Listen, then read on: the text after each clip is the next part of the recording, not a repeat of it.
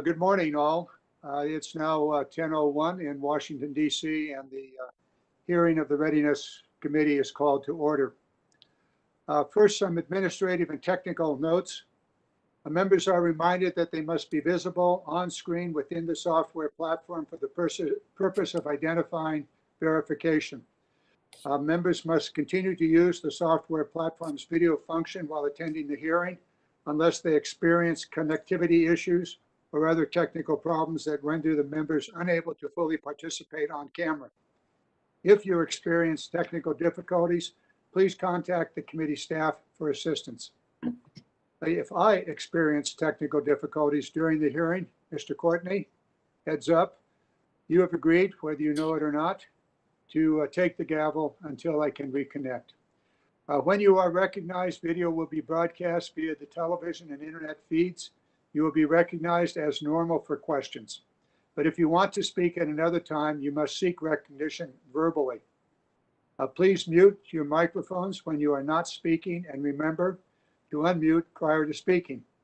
Please be aware that there is a slight lag between when you start to speak and when the camera shot switches to you. Please remember to keep the software platform's video function on for the entirety of the time you are attending this hearing. If you leave for a short period for reasons other than joining a different proceeding, please leave your video function on. If you are leaving to join a different proceeding or will be absent for a significant period of time, you should exit the software platform entirely and then rejoin when you return. Be advised that I've designated a committee staff member to mute unrecognized members' microphones if necessary. We understand background noises such as children, and this will be particularly important for Mr. Waltz, dogs, cats, other background noises. We usually accept that. However, if it gets too much, we'll mute you. Please use the platform's chat feature to communicate with staff regarding technical or logistical support issues. Finally, you will see a 5-minute countdown clock on the software platform's display. Please pay attention to it, but if necessary, I will remind you as appropriate. I also ask all of you for unanimous consent that non-committee members, if any, will be allowed to participate in today's hearing after all committee members have had an opportunity to speak and to ask questions. Is there any objection? Hearing none, so ordered. Now, with that in mind, a few opening remarks. I'm still looking out on the screen here and I don't see it, but I'm going to go ahead and move forward. For all of you, we have a new ranking member for the Subcommittee on Readiness. Mr. Mike Waltz from Florida will be joining the committee. He has had an extraordinary event over the weekend, the birth of a child. And so, okay, you won the lottery, Mr. Green. John, I'm on here. Oh, good. Yeah. Well, thank you, and congratulations on the birth of the child, and congratulations on becoming ranking member. Before I turn to you for whatever very, very short statement you would like to say about joining the committee, I'm going to talk basically to Mr. Lamborn. Doug, you've been with this committee a long time. I'm not sure whether you will continue on the committee, but you've been an extraordinary fellow to work with, and I've enjoyed the opportunity to do that over these last 3 years. Hopefully you'll continue as a member of the Readiness Summit. I know that you're also moving over to ranking member on strategic forces. So with that, Doug, if you have some quick remarks, the floor is yours.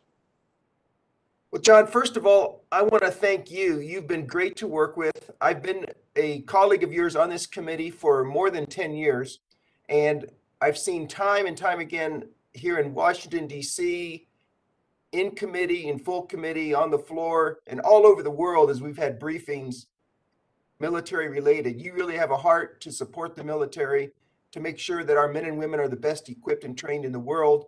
And I just really commend your patriotism, and it's been a pleasure to work with you every step of the way. Well, almost every step of the way, I should say. We've had a few disagreements. Doug, the same to you, and really enjoyed the time we've headed up this committee.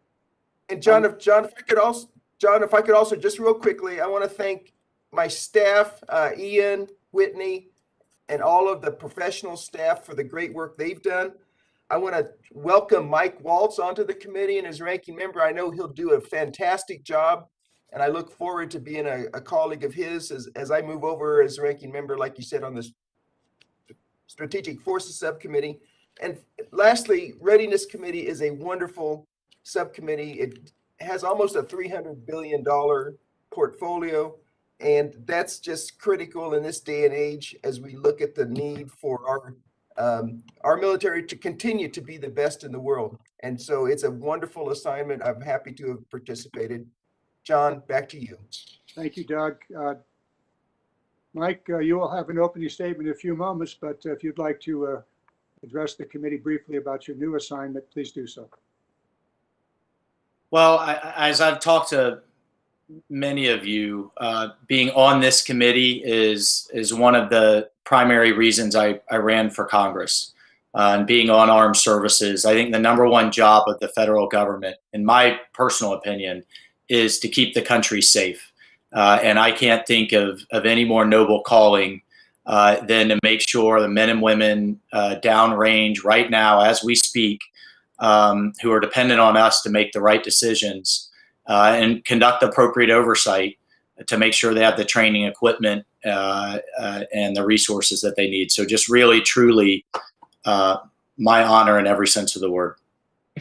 Well, welcome, Mike. Thank you very much for joining us and for taking on this task. Look forward to working with you. With that, we best move on to my opening statement, and then we'll follow Mike with your opening statement.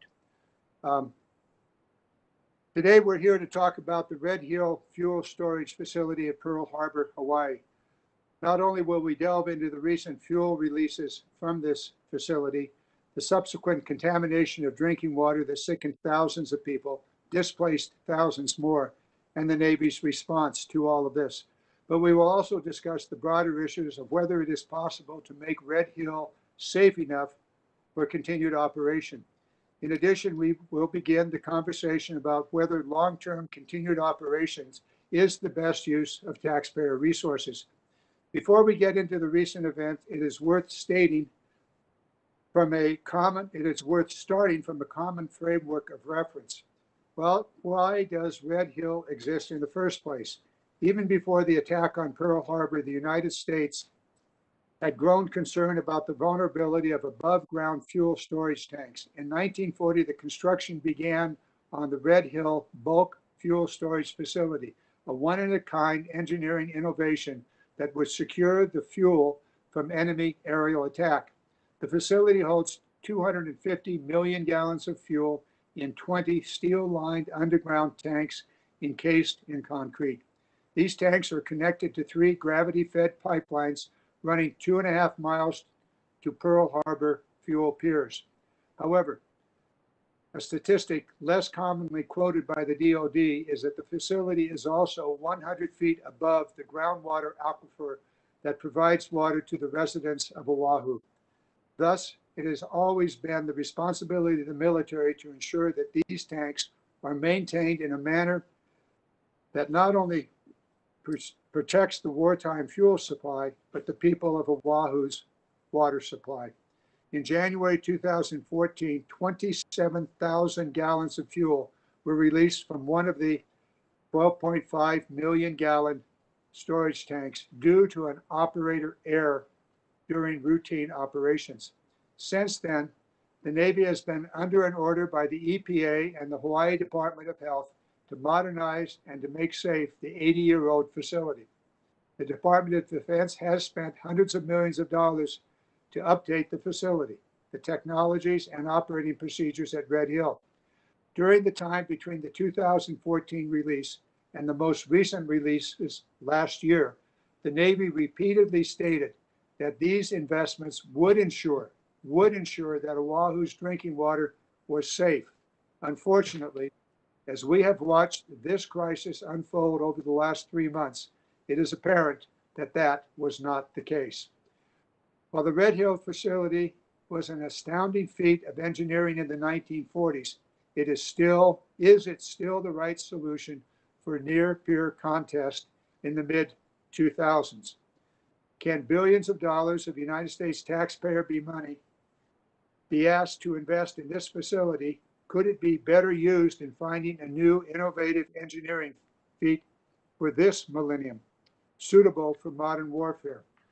Many of these questions are best answered by the combatant commanders and the Pentagon when we have follow-up classified hearings. So, gentlemen, we're not going to go into the solutions in great detail today, other than making sure that we talk specifically about Red Hill and its operations. Beyond that, it'll be rather general. Today, our focus is on the immediate crisis. What went wrong? What are we doing to fix the trust that the Navy has broken with the people of Hawaii?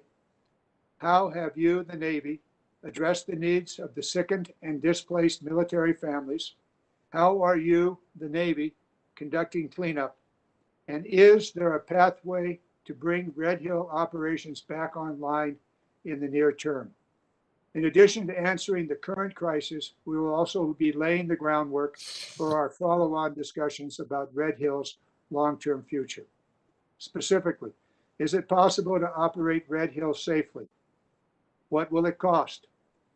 The answers to these questions will be critical in determining the answer to the ultimate question. Given the likely multi-billion-dollar price tag that will be associated with making the Red Hill facility safe for long-term continued operation, is there a better use of taxpayer funds that will more closely align with the contested logistics challenges of the Pacific? With that, I would like to turn to our new ranking member, Mr. Waltz of Florida, for your remarks. Hey, thank you, Mr. Chairman, and again, thanks for having this important hearing on the recent fuels release in the military's drinking water system in Hawaii. I understand that many of our witnesses are participating remotely from Hawaii. I certainly want to thank them for getting up at dark 30, as we call it, participating in this important event. So, as the chairman rightly stated, the Red Hill Fuels Depot has been at the center of our bulk fuels logistics effort in Indo-PACOM since World War II. It's been the source of repeated fuels incidents and is lacking a secondary containment system. It's particularly problematic considering that it sits 100 feet over an aquifer that provides over 77% of the island of Oahu's drinking water. I believe the existing Red Hill fuel situation is unacceptable, and a significant change to our bulk fuels laydown and the overall management system in Indo-PACOM needs to occur. In response to the Red Hill disaster, I understand that the Hawaii delegation has asked the Secretary of the Navy to entirely defuel the Red Hill Fuels Depot. I am somewhat concerned that any long-term effort to entirely defuel Red Hill will have some significant national security consequences. But I am supportive of initially defueling Red Hill to a level that supports our surge requirements. And additionally, the defueling of this depot at a future point should be aggressively pursued when a better positioned fuel strategy is developed and implemented, one that's better aligned with our overall combatant commanders' war plans. Finally, I want to express my concern that the initial reporting associated with the Red Hill fuel spill, it's incredibly important to take care of our service members and their families. I think that is the least we can do, frankly, given their sacrifices. And while I do think that the Navy recovered in providing some much needed transparency, the initial response to the ongoing tragedy needs to be significantly more responsive, or any type of tragedy like this needs to be more responsive and forthright, frankly, as to the magnitude of the environmental disaster. Again, we owe no less to the service members and their families. In closing, I do again want to thank the chairman for this hearing. It's obvious we have much work to do on this issue. I look forward to further discussion. I certainly look forward to the classified briefing and discussion around that briefing as we work towards the NDAA for FY 2023.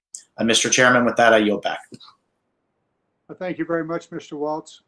We'll now turn to the witnesses. I will introduce them all at once, and then I believe Rear Admiral Converse will conduct the participation of the 5 witnesses. First, we have Rear Admiral Blake Converse, Deputy Commander of the U.S. Pacific Fleet, Vice Admiral Yancey Lindsay, Commander of the Navy Installation Command, Rear Admiral John Gorka, Commander, Naval Facilities Engineering Systems Command, and Rear Admiral Peter Stampopoulos, Commander of the Navy Supply Command, and Captain, hang on, Captain, got to change pages here. Captain Michael McGinnis, Pacific Fleet Surgeon, U.S. Pacific Fleet. Gentlemen, your formal testimony will be put into the hearing record, and I would commend to all the members that they read the full written testimony when they have a chance to do that if they've not already done so. With that, Admiral Converse, the floor is yours. Okay, thank you, sir. And good morning. I am Blake Converse. I am the Deputy Commander at U.S. Pacific Fleet, and I was the commander of the Joint Crisis Action Team, which stood up to combat this crisis. Chairman Garamendi, Representative Ranking Member Waltz, and distinguished members of the HASS Subcommittee on Readiness, thank you for the opportunity to be prepared before you today.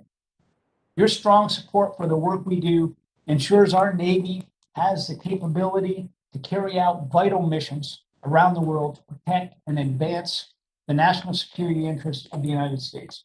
The support of Congress is vitally important today as the Navy takes action to resolve the contamination of the Navy's drinking water system on Joint Base Pearl Harbor Hickam. I want to start by saying that the Navy caused this problem. We own it, and we're going to fix it. Nothing is more important than the health, the safety, and the well-being of our families, our military residents, our neighbors, and the communities that we call home. I'm keenly aware of how this has impacted the military families as well as the local citizens of Hawaii, including my own. I've lived in Hawaii on and off for over 8 years. My father called Hawaii home. In fact, he worked for and eventually retired from the University of Hawaii. And my brother grew up on these islands. So I understand the deep connection that the people of Hawaii, particularly the Native Hawaiian community, have with the lands and the waters of Hawaii. We owe it to them to be good stewards of the land that has been entrusted to us. I'd like to quickly recount the events associated with the water contamination incident. Beginning on November 28th, residents of certain neighborhoods on our Joint Base Pearl Harbor Hickam here in Hawaii and the military housing began reporting vapors, discoloration, and contamination of the water provided by the Navy. The Red Hill Shaft well, which sits near the Navy's Red Hill bulk fuel storage facility, was immediately suspected to be the source of this contamination, as that was the source of the drinking water for those affected neighborhoods. So it was shut down that evening, November 28th, and it has remained isolated since that day. Later, samples from the Red Hill Shaft well would confirm the presence of petroleum contaminants. As an immediate response to that crisis, Commander U.S. Pacific Fleet, Admiral Sam Paparo, my boss, convened a joint crisis action team on the November 29th, the very next day, and he appointed me the deputy commander to lead that team and directed me to focus on meeting the immediate needs of our impacted residents, restoring safe drinking water, and remediating the Red Hill Shaft well. Once the Joint Crisis Action Team had completed immediate actions to isolate the source of contamination and provide public health guidance, drinking water, and lodging support to the affected residents, Admiral Paparo revised that order, expanded our recovery effort to a whole of Navy and DoD effort by bringing in appropriate Echelon 2 Navy commands and those are the members sitting here before with me to testify, and assigning each of those commanders clear lines of operation to direct their actions. We also formalized a joint and interagency response effort together with the EPA, the Hawaii Department of Health, and senior representatives from each of the military services that were affected. The Commander, U.S. Pacific Fleet, as the senior officer present, retains command of the overall recovery effort across all the lines of operation, with support of the designated Echelon 2 commands with me today and the interagency team that we formed. Among the witnesses today are the commanders of those Echelon 2 commands that we directed to assume overall lead for both planning and execution. Further, as the Navy senior officer present, my boss, Admiral Paparo, was best postured to direct and supervise an independent and comprehensive investigation into Red Hill. U.S. Pacific Fleet Commander is not in the chain of command that operates or maintains Red Hill. So immediately after the November 20th fuel spill at the fuel facility, Admiral Paparo directed a nuclear-trained admiral to conduct a judge advocate general's investigation of that spill, and to look for any linkage to the earlier 6 May fuel spill at Red Hill. After residents on the Navy's water system began reporting contamination shortly after we had directed that investigation, Admiral Paparo expanded the scope of that investigation to determine whether those recent fuel spills had contributed to or had caused the water contamination in the Navy's water supply system. So that holistic investigation of the fuel spills and the water contamination will be submitted to PAC Fleet on or about the 14th of January, later this week. Recently, the Pacific Fleet Commander, on the 7th of January, issued a tasking order directing actions to fully comply with the Hawaii Department of Health emergency order associated with Red Hill. This includes developing plans and taking actions to remediate and restore the Red Hill shaft well, contracting for independent third-party assessments to restore Red Hill to operation, and making preparations to defuel the facility. All of those efforts are in progress. The water contamination at Joint Base Pearl Harbor Hickam has required an intense and collaborative effort between the Navy, our other military service partners on the island who are also residents of our base housing, the Hawaii Department of Health and Department of Land and Natural Resources, the U.S. EPA, and the many local, state, and federal legislators that have stepped in to provide assistance and guidance in our process. This teamwork has produced a comprehensive water system recovery plan that is currently in execution. We're grateful for the partnership, the expertise, and the perspective of our federal, state, and local government officials, and our Native Hawaiian leaders. They are tremendous advocates for the community. So I want to thank this subcommittee. I want to thank Hawaii's congressional delegation for their support and ongoing commitment to resolve the Navy's drinking water contamination. We recognize how much these events impacted the lives of so many, and we are firmly committed to restoring safe drinking water in a manner that builds trust and protects the land and the waters of Hawaii. Our joint team will not rest until everyone in the Navy's drinking water system has access to safe drinking water and the Red Hill shaft well has been cleaned up and restored. I look forward to your questions, and I'm going to turn it over to Vice Admiral Lindsay now. Good morning, Chairman Garamendi, Ranking Member Waltz, and distinguished members of the subcommittee. Thank you for the opportunity to join my fellow Navy colleagues here today. It is my distinct honor to represent the U.S. Navy, as well as the sailors and civilians who directly support the mission of Commander, Navy Installations Command. Fulfilling the mission of the Navy Shore Enterprise would not be possible without your continued support. While most of our discussion today will focus on the drinking water contamination at Joint Base Pearl Harbor Hickam and the steps being taken to restore it to drinkable standards, I want to assure you that your Navy, in cooperation with our sister services and federal and state agencies, is addressing this issue with utmost urgency. It is our collective goal to restore the drinking water system, ensure environmental compliance, and coordinate regulatory actions, and respond appropriately and expeditiously to the concerns and needs of our impacted residents and families while continuing to support and execute the Navy's mission. The Navy will continue to dedicate significant funding and personnel to these efforts. We recognize this unfortunate event has negatively impacted the day-to-day lives of many families who rely on the Navy's drinking water system and has caused them much distress and heartache.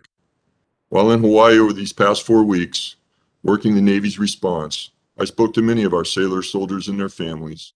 I listened to their concerns, and we responded to their needs. I, along with my fellow colleagues here, will not relent until all personnel and their families are back in their homes and we've restored safe drinking water across the Navy's water system.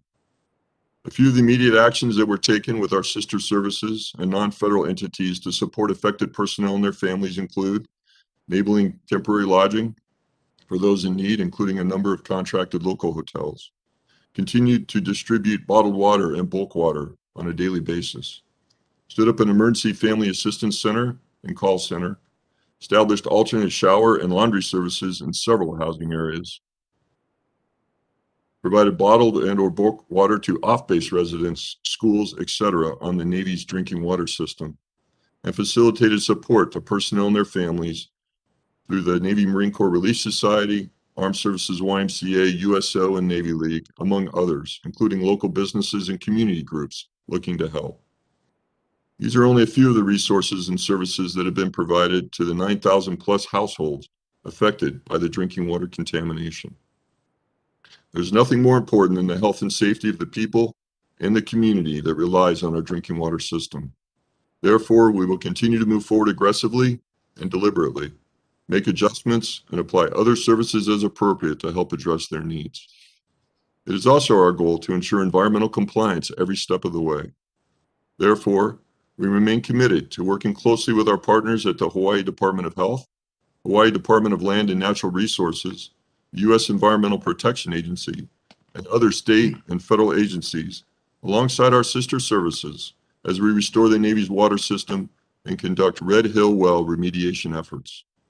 We understand the importance of being good stewards of the environment, and it is our goal to restore the people's trust and confidence in our ability and commitment to protect the environment, including the vital sources of drinking water we all depend upon. Before I close, I would like to thank the hundreds of military members, civilians, and contractors who have been working literally around the clock to help the Navy address and resolve this issue, and the nonprofit organizations and members of the community who have supported those in need. I want to also thank this committee for their continued support, and I look forward to answering your questions. Thank you.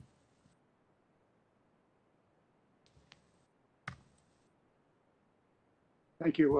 I think we're going to pass it off to Admiral Corker. Are you next? Yes, Mr. Chairman. Chairman Garamendi, Ranking Member Walsh, and distinguished members of the subcommittee, thank you for the opportunity to join you today. As Commander, U.S. Naval Facilities Engineering Systems Command, or NAVFAC, I am responsible for providing engineering, design and construction, acquisition, and expeditionary expertise and support across the Department of the Navy. NAVFAC is also responsible and accountable for the operations and maintenance of the Navy's drinking water system on Oahu. I want to assure you that I fully recognize the severity of the current water crisis and its impact to the residents of Hawaii, some who are dear friends of my family and I. From 2015 to 2018, my family and I lived on the Makalapa compound in Navy housing. We are grateful to have built lifelong connections in the community through our children's attendance at Damie Memorial School and as parishioners of St. Elizabeth Catholic Church in Aiea. To this day, we cherish our Ohana experience. Since returning to Hawaii on December 7th, I have reconnected with friends and understand the concerns they have voiced about the Red Hill incident. This is a personal issue for me, and I am sorry.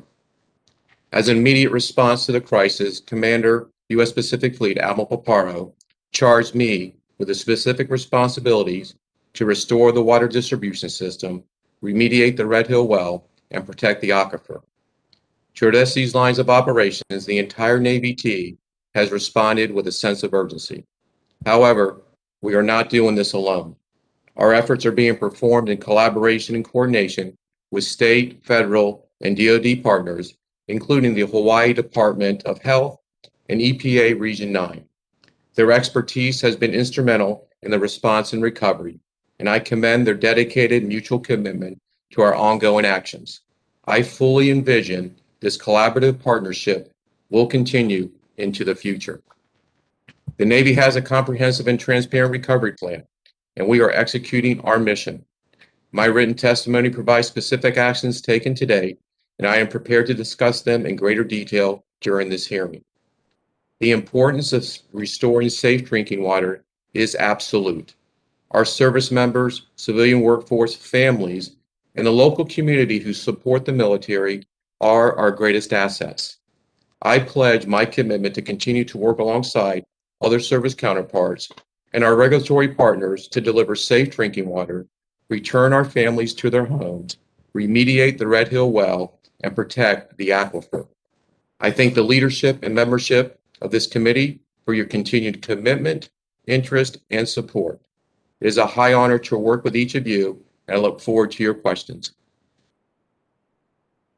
Thank you, Admiral. I think we're now going to hear from Admiral Stamanopoulos. Good morning, Chairman Garamendi, Ranking Member Waltz, and members of the Readiness Subcommittee.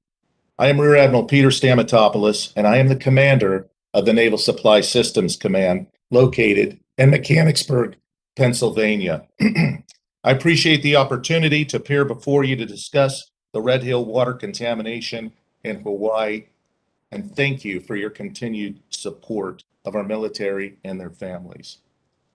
By way of background, the mission of the Naval Supply Systems Command, or NAVSUP, is to conduct and enable supply chain, acquisition, and operational logistics to generate readiness and sustain naval forces worldwide.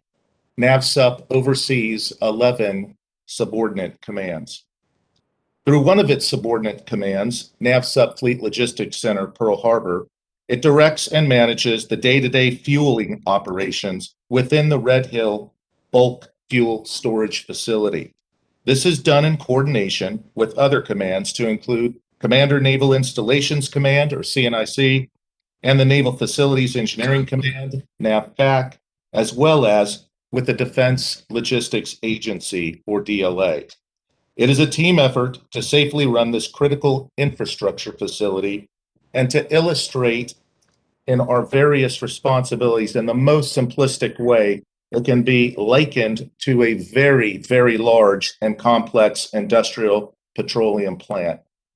DLA is the parent company. CNIC owns the property. NAVSUP moves the petroleum, and NAVFAC, along with the U.S. Army Corps of Engineers, performs maintenance and repairs of the plant. In response to the water crisis at Red Hill, NAVSUP deployed its Enterprise Logistics Response Team to assist efforts providing support to affected families and residents, restoring the water distribution system with safe drinking water, and remediating the Red Hill water well. We delivered over 800,000 gallons of bottled and bulk water to 44 distribution sites. We contracted for hygiene stations, laundry services, and hotel rooms. And we are progressing towards fulfilling the SECNAV and congressional requirements to include conducting an outside third-party assessment of the facility. To ensure we are leveraging the appropriate industry experts, we consulted with oil and gas executives and the U.S. Environmental Protection Agency and will be awarding a contract for an independent assessment of the operations and systems integrity at the Red Hill bulk fuel facility. As you are aware, Commander U.S. Pacific Fleet has appointed an investigation into the operations, maintenance, safety, and oversight at the Red Hill bulk fuel storage facility. Additionally, in coordination with Navy leadership in front of you today, I convened a safety investigation board to identify causes for the incident and to develop appropriate corrective actions in order to reduce unnecessary risks to people and our resources. The results of the Navy's investigations, coupled with the outside assessment, will provide us with a multi-dimensional view of how the Navy can operate the Red Hill bulk fuel storage facility to a higher standard. My number one priority is ensuring that operations at Red Hill are conducted in the safest possible manner. I will remain transparent with the people of Hawaii and Congress. I will continue supporting all investigations and assessments, and am committed to protect and preserve the Hawaiian environment. Additionally, I am committed to a culture of get real, get better, and in pursuing a culture that is self-assessing, self-correcting, and learning. Thank you for the opportunity to discuss these issues with you today, and I look forward to fielding your questions. Thank you very much, Admiral. In your testimony, you laid out who's responsible for the various activities. I'd like you, your staff, and our staff to get that down clearly so that we know how to deal with accountability. I now turn to Captain Michael McGinnis, Pacific Fleet Surgeon, U.S. Pacific Fleet. Captain. Good morning, Chairman Garamendi, Ranking Member Waltz, and members of the Readiness Subcommittee. It's an honor for me to appear before you. I'm Captain Michael McGinnis, the U.S. Pacific Fleet Surgeon and Senior Medical Advisor. I was born and raised in a Navy family, attended medical school at the University of Virginia, and received a Master in Public Health from the University of North Carolina. I trained in the Navy in internal medicine. I have served in a diverse range of assignments globally, including as Senior Medical Officer aboard the USS Nimitz, as Commanding Officer of the U.S. Naval Academy in Annapolis, and as the Naval Forces Europe, Naval Forces Africa, and Sixth Fleet Surgeon. I am the head of the Joint Health Services Working Group in support of the PAC Fleet Crisis Action Team. Our priority is the safety and well-being of all served by the Navy water distribution system. The Joint Health Services Working Group understands we need to get this right for our families and the people of Hawaii. We have a robust joint and interagency response to this crisis. Senior leaders and experts from the military health system, together with the Hawaii Department of Health, are providing evidence-based, comprehensive medical support for all of our families. At the outset of the public health emergency, our joint military medical team established medical outreach locations within our neighborhoods to provide medical screening and counseling. We received over 130 medical subject matter experts and experienced personnel from the Joint Medical Force. Navy Medicine deployed teams within 12 hours of notification to enhance our medical support to our community. Included were environmental health, public health, toxicology, and water quality experts. Our medical teams have screened over 5,900 patients during this event. The vast majority were conducted within the first 2 weeks of our response. Patients' symptoms were consistent with an acute environmental exposure event. Patients' symptoms consistent with the following: nausea, vomiting, headache, diarrhea, skin or eye irritation. Once patients were removed from the water source, the symptoms rapidly resolved. We are committed to working tirelessly to assist every person that has been impacted by this issue, understand their concerns, and provide the appropriate medical care that they deserve. I appreciate and thank you for your commitment and enduring support to our service members and our families. I'm standing by for your questions. Thank you, and for all of the witnesses, thank you for your testimony. I'm going to read the gavel order so that the members can be prepared for their turn at questions. I will start, followed by Mr. Waltz, Mr. Courtney, and Mr. Scott. We will then move forward, and I'll update as we go. First, there is absolutely no doubt that this is a very serious crisis, a crisis of health. The impact on the personnel, the families is extraordinary, as just testified by Captain McGinnis. And it is also a repeat of previous problems at Red Hill. I am determined that the Navy be held accountable for what has happened and that they move expeditiously to resolve and to avoid any future problems. I already asked that we get a clear understanding of the areas of responsibility and the overall responsibility, which is now pretty clear. It lies with the commander of the Pacific Fleet. And so we will have a discussion with the commander of the fleet at some point in the future. With regard to the issues at hand, Admiral Converse, do you know why this recent spill occurred? And if not, what you are doing to determine how it happened and why it happened? Our best information is that this recent spill was due to operator error. There's a investigation going on that I mentioned earlier that will investigate this specific spill on the November 20th, the recent spill of JP5 jet fuel. It'll look at any relationship to the 6 May spill that our indications and the investigation concluded was also operator error. And it'll look at how they're linked to this recent water contamination issue. And I can tell you that this is being done by an officer that's independent of the chain of command of the operations, the maintenance, and the resourcing of the Red Hill facility. It's being done by a commander and with a team that has a high degree of technical expertise. And we're bringing in outside activities to support this investigation from several levels of expertise and local hydrologists and folks that are experienced in fuel distribution in a commercial area and in safety so that we can get this right. And once we've done that, we will report out and tell you what we find. Thank you. As I have discussed with you yesterday when we briefly met, I intend that this issue be taken up in the next year's NDAA, the work that we are now commencing. So we will need information along the way here from all of you. Keep that in mind.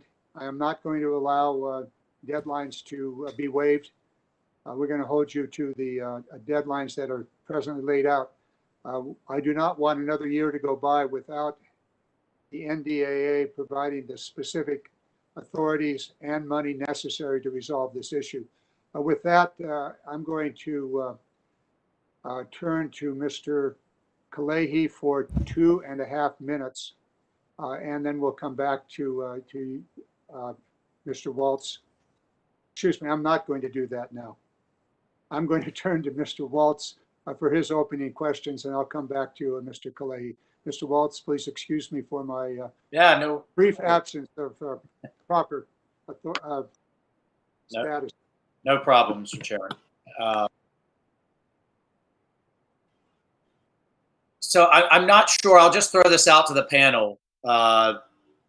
Who's best positioned to answer it? But my understanding is the Pacific Fleet Commander has indicated his intent to comply with the administrative order to defuel the Red Hill complex. I guess my question is just to verify that understanding. But two, secondly, is the Navy considering further options to contest the administrative order?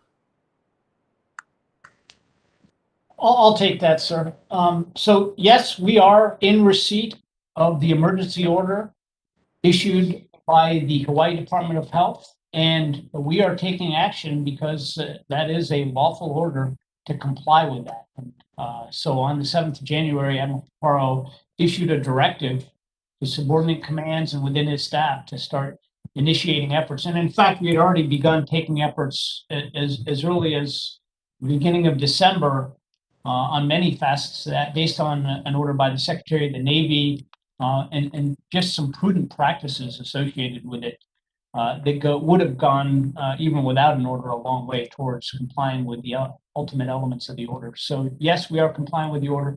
And then I am not a part of the decision-making apparatus on whether or not the Navy is going to contest that order. I don't have any information on that at this point. Okay, so to be clear, the Navy is going to proceed with defueling in compliance with the order. But to your knowledge, as the deputy commander of PAC Fleet, you don't know whether the Navy will take any steps to contest the order, either in the very near term or sometime in the near future.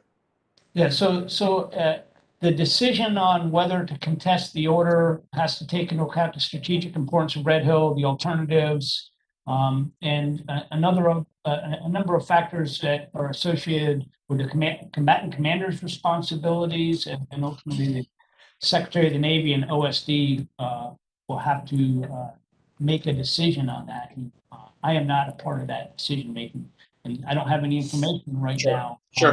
Just in the interest of time, I certainly share the chairman's concern on really getting the bottom of who's in charge, who's accountable.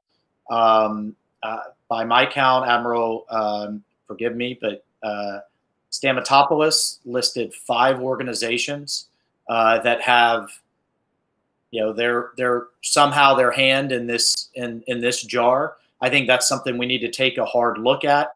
The other piece, Admiral Converse, I appreciate everybody on the panel saying they are not, the Navy is not going to rest until the well is remediated and our families have safe drinking water. But it seems to me that the approach here was that this was a one-off crisis rather than a systemic issue.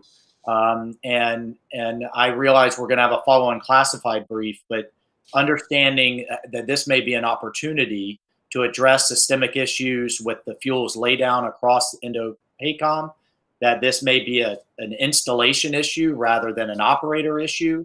If it is just an operator issue, where do we have a training and operations and maintenance problem? I think we really, so far, I'm coming away with this with more questions than answers. I'll just follow up with one more, just in the interest of time. I am concerned, however, you are proceeding with the defueling of Red Hill. To the extent you could talk about it here, what will that impact have in the near term? I mean, what impact is that going to have on immediate Indo-PACOM operations? Okay, so there will be no immediate impacts as we proceed over the next several months with the assessments and the development of the schedules and the work plans, because any decision as we move forward to take corrective actions based on the investigation that we do, complete the third-party assessments that are required to identify the corrective actions in operations and maintenance in the facilities before we do any fuel operations will take some time. And we are working with the Defense Logistics Agency, who owns the fuel and the distribution of the fuel, to support our military to provide more fidelity to the combatant commander on long-term risk. In the short term, we can manage it with our local fuel stocks and with alternate distribution methods. And then the long-term decision on the ultimate disposition of Red Hill and the distribution of the fuel will be made at the combatant commander and above level, in consultation with the Defense Logistics Agency and the military services to which that fuel is provided.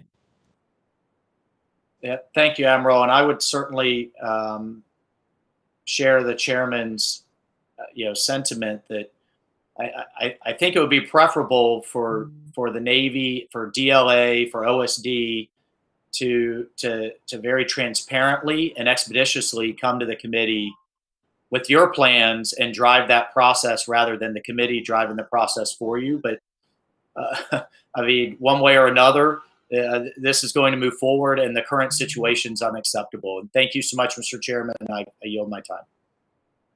Thank you, Mr. Waltz.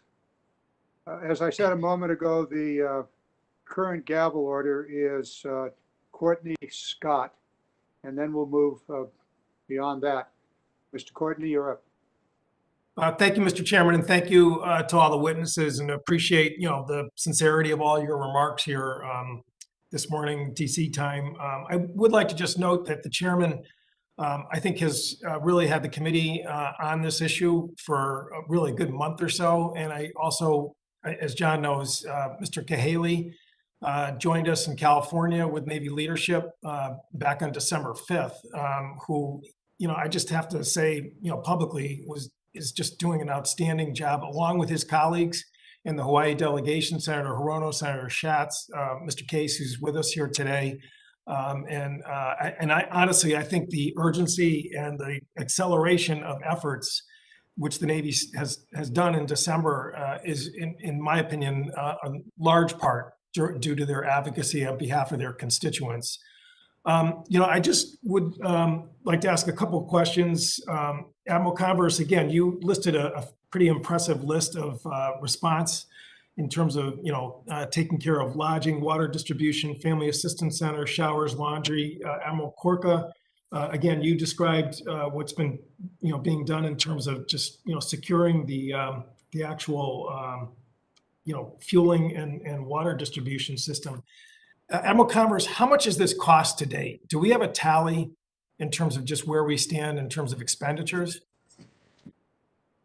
So we do have a process that is estimating the cost, and then ultimately we will have a cost estimate. I can tell you that the running costs, when you consider the temporary lodging and the transportation and the leasing of all the filtering assemblies and all the other things that we've had to do to clean up the well and a water distribution system, right now the tally is well over $250 million. Yeah, I've heard that number already being discussed, and Mr. Lamborn talked about the rather large size of the defense budget, which the readiness subcommittee has, but it is not infinite. Okay, and when you take a $250 million expenditure, which is really just an emergency expenditure, and the Navy has to eat that, that's a repair of a surface ship. That's could have been a good down payment for PSYOPs in terms of getting our dry docks repaired.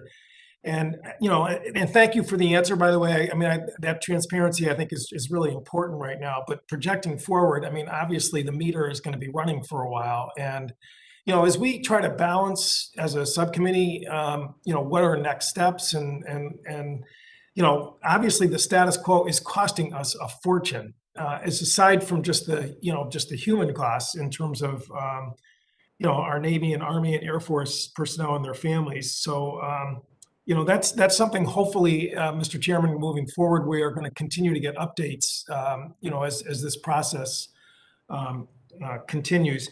One other question, again, Admiral Converse, if it is operation error, I mean, let's just sort of hypothetically say that that's the case.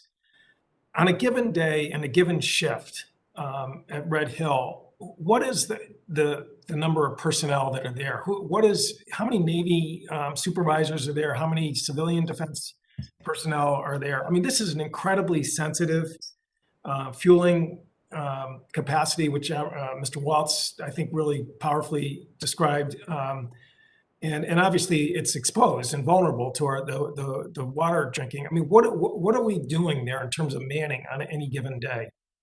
So the overall manning of the Red Hill bulk fuel storage facility sits at about 33 active duty military and about 27 civilian employees. And on any given shift, and they operate 24/7, 8-hour shifts, it's 4 civilians on watch. And I'm going to turn to Admiral Pete Stamatopoulos, NAVSUP, who owns the operations and maintenance of that facility, to make sure I got these numbers right. Correct. Admiral Stamatopoulos. Very close, sir. The numbers at Red Hill, to be specific, sir, the Red Hill is currently billeted for about 40 personnel. Of that 40 personnel, there are 12 watch standers, divided into 3 watch sections. So at any 24/7 hours a day, a week, a year, there are 4 watch standers, regardless of whether there are operations. The balance of the employees are conducting operator level maintenance, visual inspections, and are in the Red Hill facility, along with numerous others to include from the Naval Facilities Engineering Command, contractors. So any given day, there are quite a few people, sir. I hope that answers your question. It does. I mean, I would just say, as a layman, that doesn't seem enough to me. But I mean, again, that's obviously something we're going to obviously process in the coming weeks. Thank you to the witnesses, and I yield back, Mr. Chairman. Thank you, Mr. Courtney. We now turn to Mr. Scott. Thank you, Mr. Chairman. And I think my question will start with Admiral Corca. If I'm wrong about who could answer this, then I apologize. But we've got two issues here. One is we've got the contamination that's obviously got to be addressed and what happened there. The other is the drinking water. And my question is, the Southern Oahu basal aquifer, is there another aquifer that we could use for the drinking water for the base?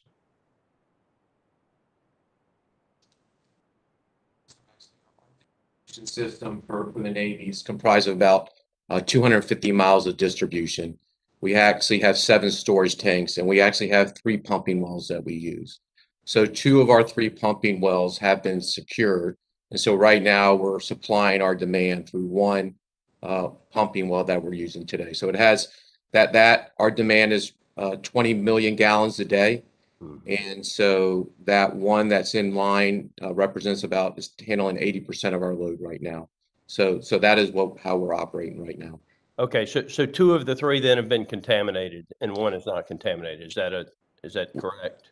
We have contamination level in 1 of the wells, and that is at the Red Hill, is what we're discussing right now. Right. There's another well that is in close proximity, but in the abundance of caution and in discussion with the Board of Water Supplies, we made a decision to close that well just to make sure that it didn't become vulnerable. Is it in a separate aquifer? Yes, sir. It's in a separate. Yes, sir. Okay.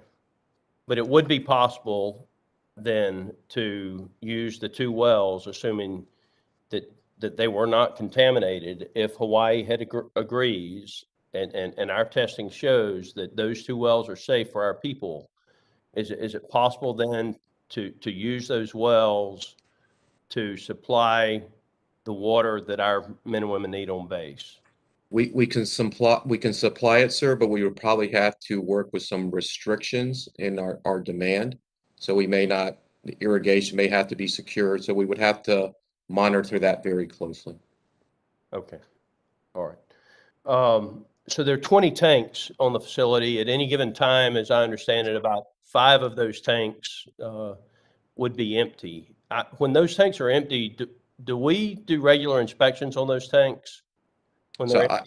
Sir, I'd like to have Admiral Stamatopoulos address that one since he's the operator of that facility. Okay.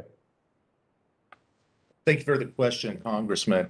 Yes, sir, you are correct. There are 20 tanks. There are 2 tanks that are permanently out of service, tank 1 and 19. Tank 1, I believe, is being used as a potential prototype for second containment lining in the future. Okay. There's 2 that are currently undergoing what are calling cleaning, inspection, and repair. There are 8 that are outside the recommended API periodicity, and there are 8 tanks which are currently certified. Now, when a tank goes offline and is drained, it is my understanding that they become in compliance at that time also. So they're in compliant, but if we refilled them with fuel, then they would no longer be compliant. This isn't my technical expertise area, but the American Petroleum Institute has a recommended, if you will, recommended periodicity for tanks, which is about 20 years. And so in addition to that, that doesn't necessarily mean, sir, my understanding is that the tanks are unsafe, but there are other mitigations that can be used to assure the tightness of the tank and the integrity of the fuel system. And a tank is approximately the same size as a large tanker with the actual capacity volume. Is that correct? 15 million gallons. It's quite a few, sir. I'd have to take that as a lookup and get back to you, but yes, they are quite large tanks. Yes, sir. So on this operator error, do we know how much fuel was spilled? If I could, I'll take that, sir. This is, I'm a big converse. So we don't have the specific quantity on the November 20th event of the amount of fuel spilled yet. We expect that to be a part of the investigation that will conclude this week. And once we have that information, we'll share it. Admiral, my time's expired, but it seems to me, did the operator overfill the tank? Is that what, did they get above the steel liner in the tank? So the tanks are about 12.5 million gallons. We fill them up to about 10 million gallons. The most recent event, and in fact, the 6 May event, weren't associated with the integrity of the tanks. They were associated with improper operation of the piping systems or auxiliary systems associated with the bulk fuel storage facility, not the integrity of any of the 20 tanks themselves. Okay. I think that's an important part of this, and I look forward to further discussions. Mr. Chairman, thank you for your patience. I know that I'm 30 seconds over. I yield. I will hold you accountable, Mr. Scott. We shall move on now. The gavel order going forward is Luria, Green, Kalehi. Ms. Luria, you're up. Well, thank you, Mr. Chairman. I want to reflect back on one of the comments that Ranking Member Waltz made. I think his observation that this doesn't appear to be a one-off crisis, but yet rather a systemic issue, I think is very accurate. And I think those of us on this committee and other committees on armed services who've had the opportunity to discuss a lot of incidents that the Navy has had over recent years, the most recent, of course, being the Connecticut, the Bonhomme Richard, the McCain, Fitzgerald, a lot of other things which, really, if we're talking about this as an operator error, reflect back to some of the same systemic issues that we continue to see over and over again within the Navy. And, as we're talking about defueling the tanks, I'm really quite confused if this was related to operator error. And the particular incident that happened most recently does not have to do with the integrity, structural integrity or condition of the tanks. What purpose does defueling the tanks at this point serve? And my second question on that is, defueling the tanks, although it may happen during, routine operations to defuel in order to inspect, it appears like it's an operation that is not a routine operation. And this happened because of operator error.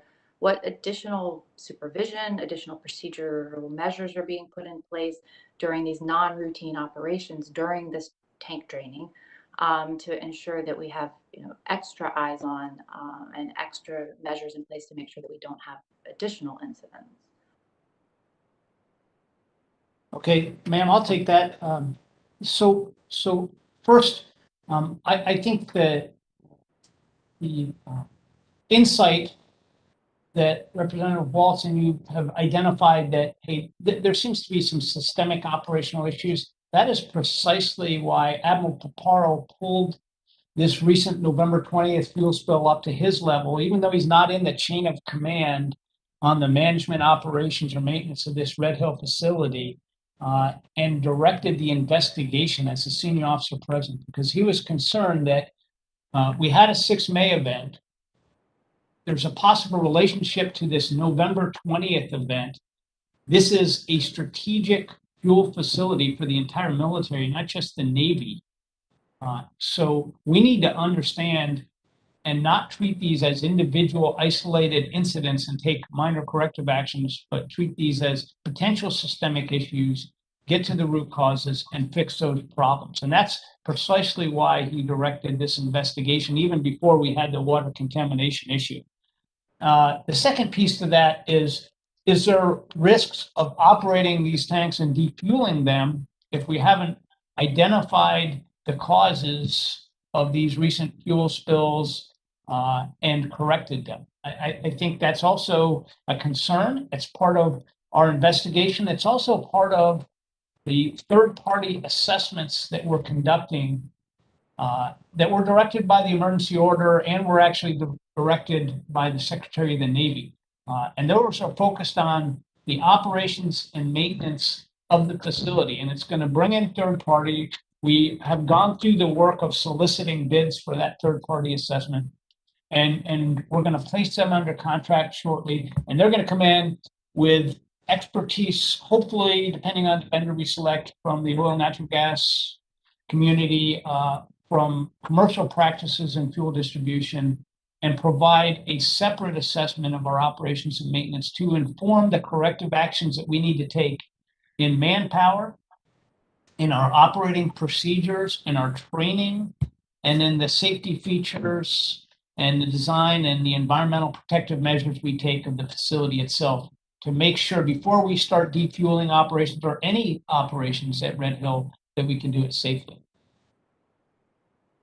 Well, thank you, and I look forward to further, more in-depth conversations about the operational impacts and specifically discussing the strategic importance of having this fuel available in Hawaii for our operations.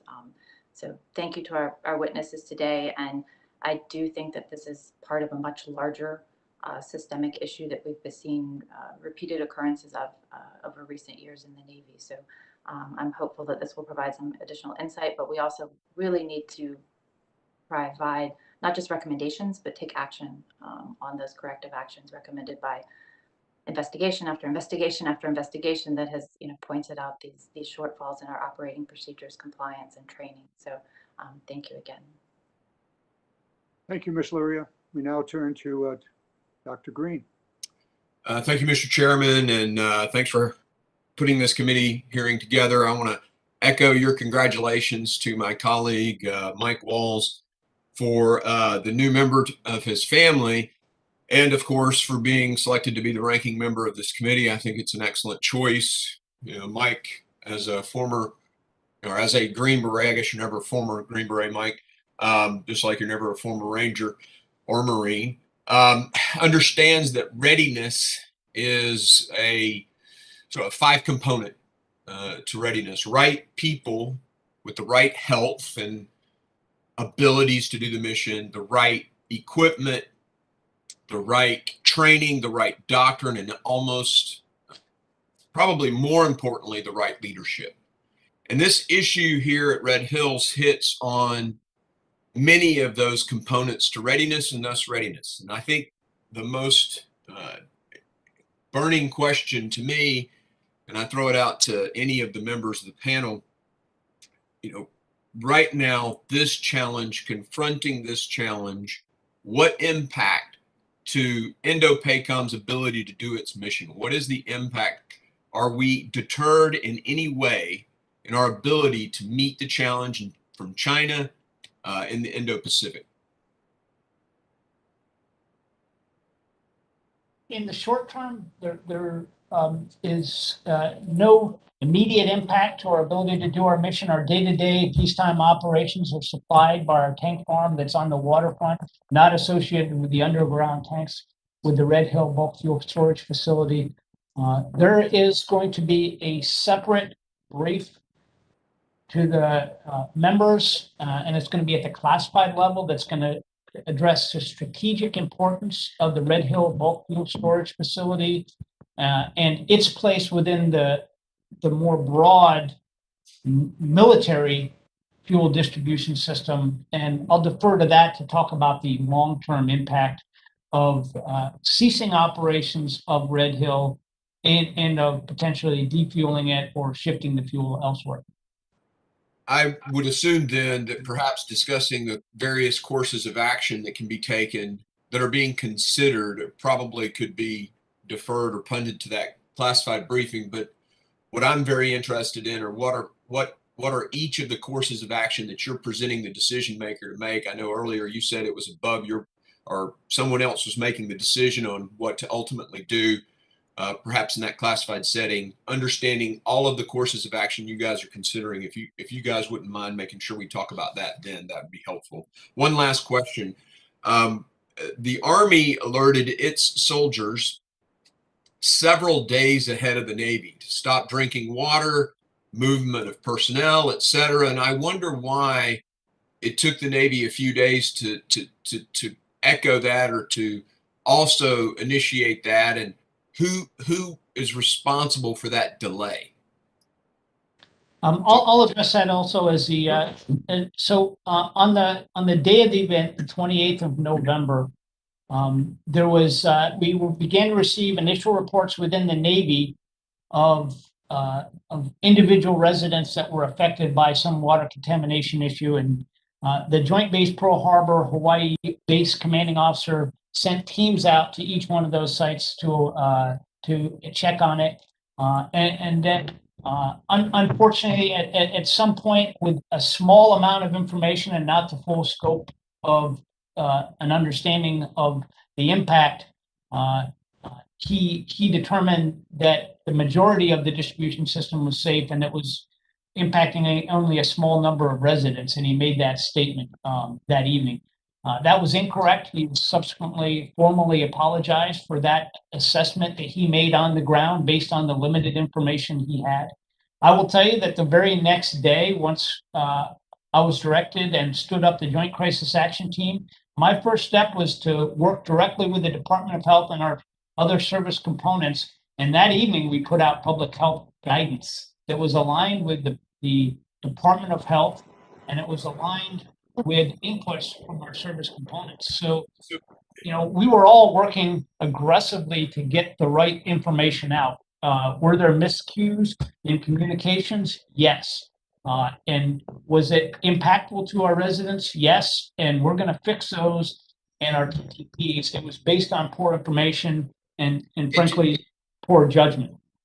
Okay, well, that's an admission then. Appreciate that. Thank you for saying that. Thank you, Mr. Chairman. I yield back. Thank you, Dr. Green. Mr. Kalehi, you're next up. I note that a couple of other members have joined us, and we'll pick them up in the appropriate gavel. Mr. Kalehi, you're on. Well, aloha, Chairman Garamendi and Ranking Member Waltz, for organizing this important hearing about Kapu Kaki, otherwise known as Red Hill, and the ongoing water crisis on the island of Oahu. I want to thank the witnesses for appearing before this committee. The last time the Readiness Subcommittee met on December 2nd, 2021, I alerted this committee that the Navy was experiencing a crisis of astronomical proportions in Hawaii. Mr. Chairman, this is not an exaggeration and has proven to be 100% true. Thousands of families have been displaced. Those who unknowingly consume the contaminated water are worried about potential long-term health consequences that they may face. The fuel leak threatens Oahu's federally designated sole source aquifer, which the ranking member correctly stated provides 77% of Oahu's drinking water. So let me be clear. Clean drinking water is national security and cannot be compromised for anything. The facts speak for themselves, and we in Congress must understand the gravity of this situation. We must bring the full power of congressional oversight to bear on the Department of Defense to ensure that the Navy is doing its job of taking care of our service members, civilians, protecting the island's precious water resources, and determining proper management of this strategic asset. I have several important questions to ask our witnesses today, but my first question is directed to Admiral Converse. After it was definitively confirmed that the Red Hill well was contaminated with petroleum, the State of Hawaii Department of Health issued an emergency order on December 6th to the United States Navy to suspend operations and defuel the Red Hill bulk fuel storage facility. That emergency order was resisted and contested by the United States Navy in late December. On January 3rd, it was reaffirmed by the State of Hawaii Department of Health in its final decision and order. This order has witnessed broad support from the communities of Oahu, the governor, the Department of Health, the State Commission on Water Resource Management, the City and County Board of Water Supply, City Council members, state legislators. In short, Mr. Chairman, the whole of government in Hawaii believes that the Navy should comply with this order. So, Admiral Converse, I would like you to reaffirm what you stated in your opening statement. On behalf of the entire state of Hawaii and a united congressional delegation, is the United States Navy going to fully comply with the state of Hawaii's legal order to plan and execute the defueling of the Red Hill bulk fuel storage facility? Sir, thank you. Speaking for my boss, Admiral Paparo, whom I know you know, And immediately upon receiving the order that was finalized on the 3rd of January, Admiral Paparo directed and we issued a tasking order that directs our subordinate commands and our headquarters to take all measures to implement the Department of Health emergency order.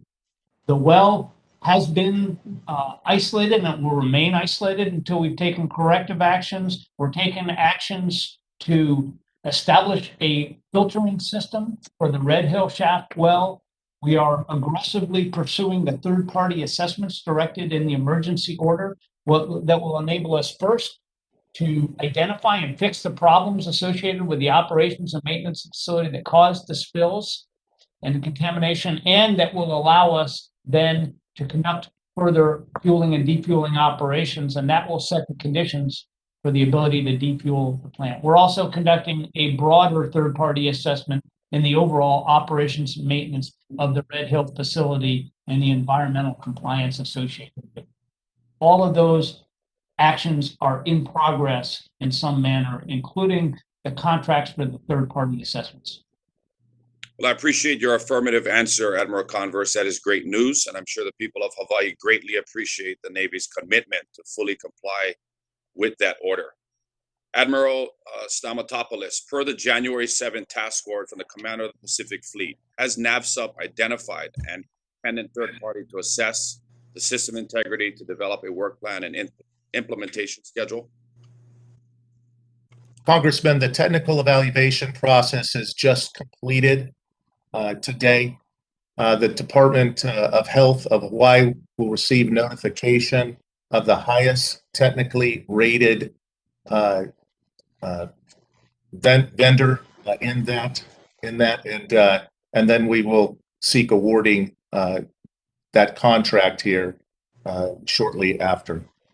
Admiral, just the last follow-up to that question. Per the task order, then, that work and implementation schedule is due in 23 days by February 3rd. Do you believe that tasking can be met? Sir, I believe, and sir, you are very familiar, with the Red Hill location there. It is going to be done. A high-level implementation plan and work schedule is going to be delivered within that time frame.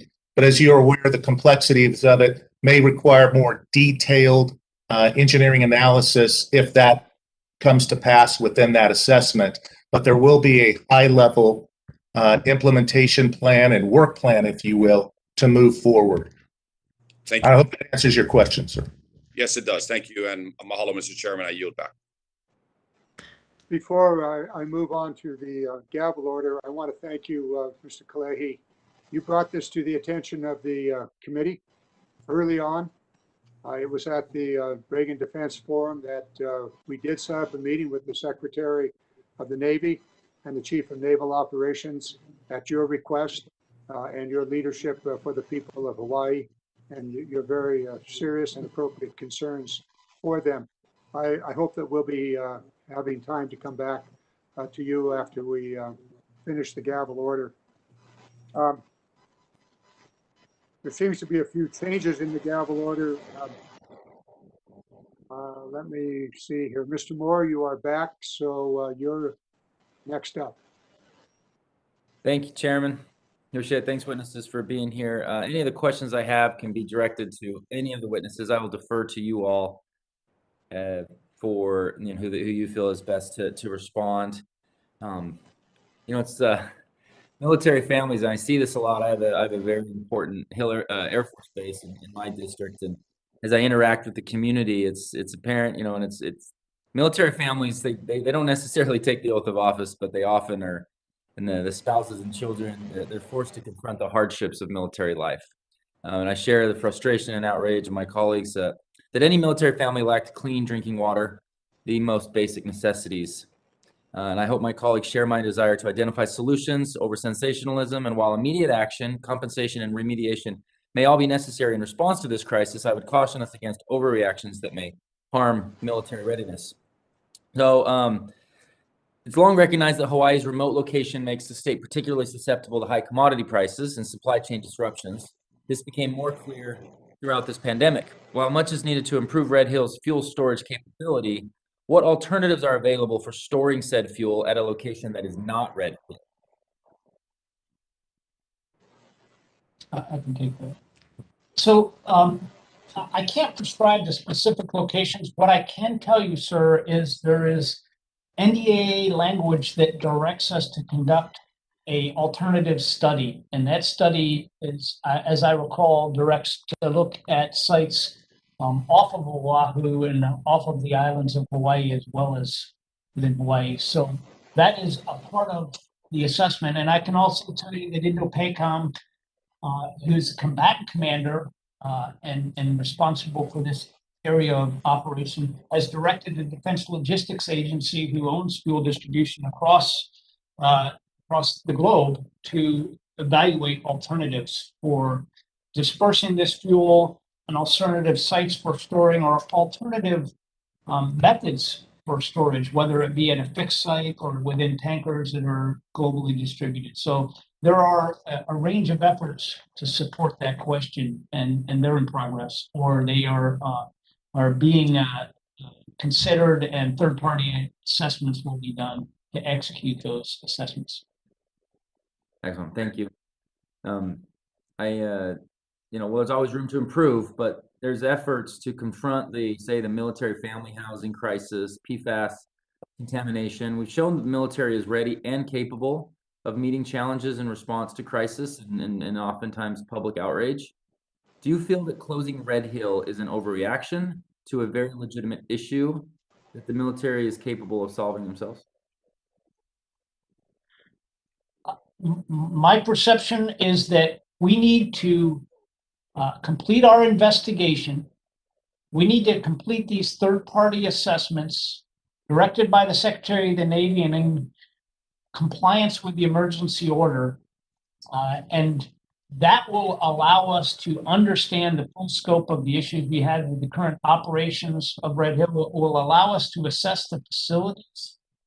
And some of these studies on alternative options will allow us to understand the risk to national security. And with all of that information, we'll be well poised to make a long-term decision on any subsequent dispersion of the fuel to other sites or decisions associated with the Red Hill facility itself in the long term. Thank you. And as we kind of started this hearing, and I believe our chairman and both ranking member are committed to it, to being a part of a solution going forward on whatever issues sort of come up. I've enjoyed that part of my experience on this committee and on this subcommittee and HASC in general. The last question that I would pose in solidarity with my very good friend, Rep. Kihile from Hawaii, is what is the Navy doing? Please just articulate a little bit more how to reestablish trust with the Oahu community and reassure the public that the water system is being properly cleaned and treated and going forward. So I think that's a broad question. The first step is that we have to demonstrate sincerity and transparency and a commitment to fully investigate broadly the recent fuel spills, to identify linkage to events that have happened over the last 5 or 10 years at Red Hill, to understand any systemic issues that are involved with that, and to take aggressive efforts going forward to fully fix those issues. And we need to do that in coordination with our federal regulators, our state regulators, the state and local communities, and the Native Hawaiians. And we need to bring them in as a part of that recovery effort. And first step are these assessments and investigations, identify the corrective actions. And the next step to build that confidence is to apply and commit the resources, the manpower, and the leadership bandwidth to take long-term permanent corrective actions to fix the problems that we identify. And then the last step is, as we've completed these assessments and developed the plans and the environmental remediation, we need to do all of that in very close coordination with the state of Hawaii, the local communities, as well as our federal regulators. And I think if we follow that pattern and that template, we will begin to rebuild confidence that the Navy is here, that we care about the community, we care about the environment, and we care about the people of Hawaii. Thank you, Thank Admiral. Thank you, other witnesses. Thanks, Chairman. For your question. And Admiral, I gave you a little more time to lay that out. I know that's a fundamental question that Mr. Kalehi and Mr. Case wanted to get to, and may come back to that. The gavel order has moved around a little bit here. So let me tell you the way it presently appears. Ms. Strickland, Johnson, and Spear, in that order. Ms. Strickland, you're up. I don't see you on the screen, but if you're there, your turn. I am here. Thank you, Mr. Chairman. I would like to enter the article from Task and Purpose titled, "The Navy Told This Military Family They Were Safe from Toxic Water. Then both their children ended up in the ER," into the record. Without objection, so ordered. In this article, one family was told to submit a Freedom of Information Act request for the water test results when trying to get answers.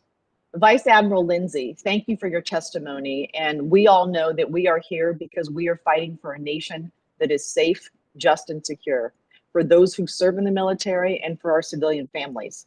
Can you please tell us, Vice Admiral, how you are communicating with those who've been affected, and how will you ensure that service members and their families will have full and complete answers for their questions? Yes, ma'am. We're communicating and have been communicating over many different venues, social media, through press releases. I've had multiple town hall meetings in housing areas, and then have a very robust website that people can go on and can see a wealth of information, to include the test results. Any test results that have been validated by the Department of Health, by the EPA, by the Navy, and our sister services are posted on that website and readily available to all the members of the community. And so that's the transparency that we're pursuing. As been previously mentioned, that's the trust and the confidence that we're working to rebuild with our families. We understand that we impinged on that, and we take that seriously, and we are working diligently to restore it. Great. Well, thank you for your response. And I would like to yield any remaining time I have to my colleague, Representative Kahele.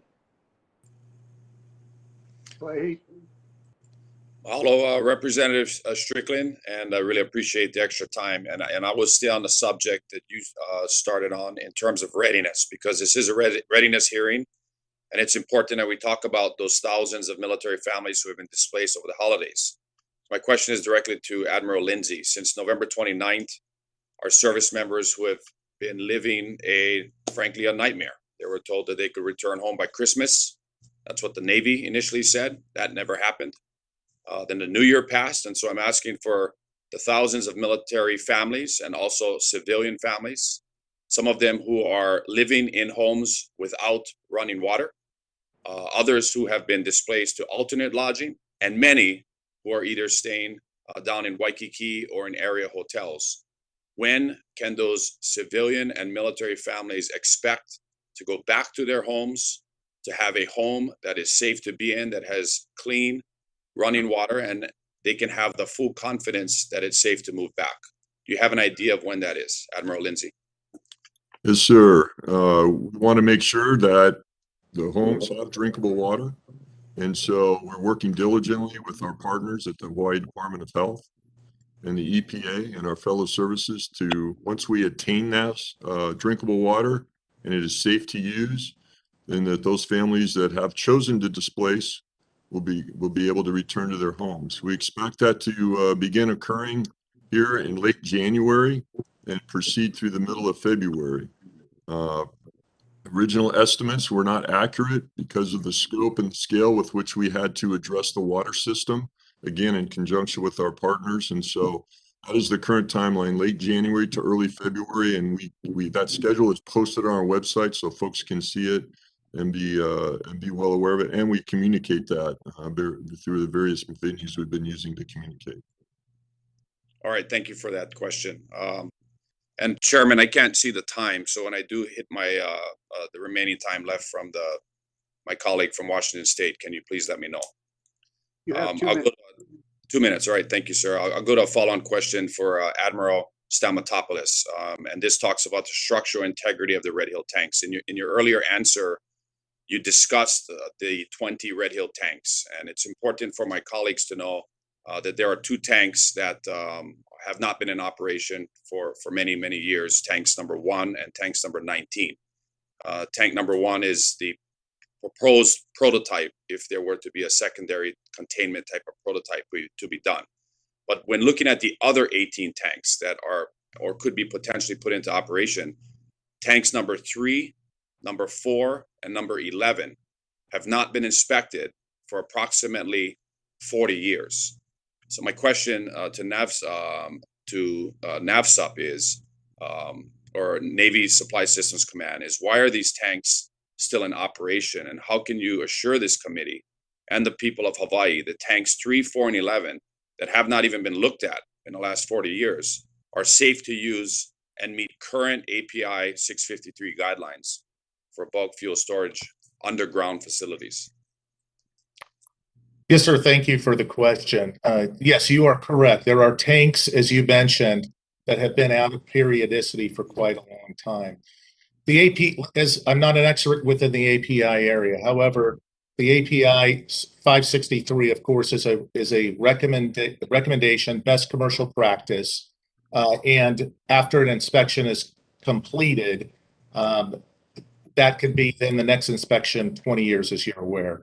In these cases, all of these tanks are on a schedule to be, which is put throughout the ecosystem, all the way up into DLA Energy, NAVFAC, CNIC, NAVSUP, the geographic combatant commanders around the globe through their joint petroleum offices, and they are aware of this.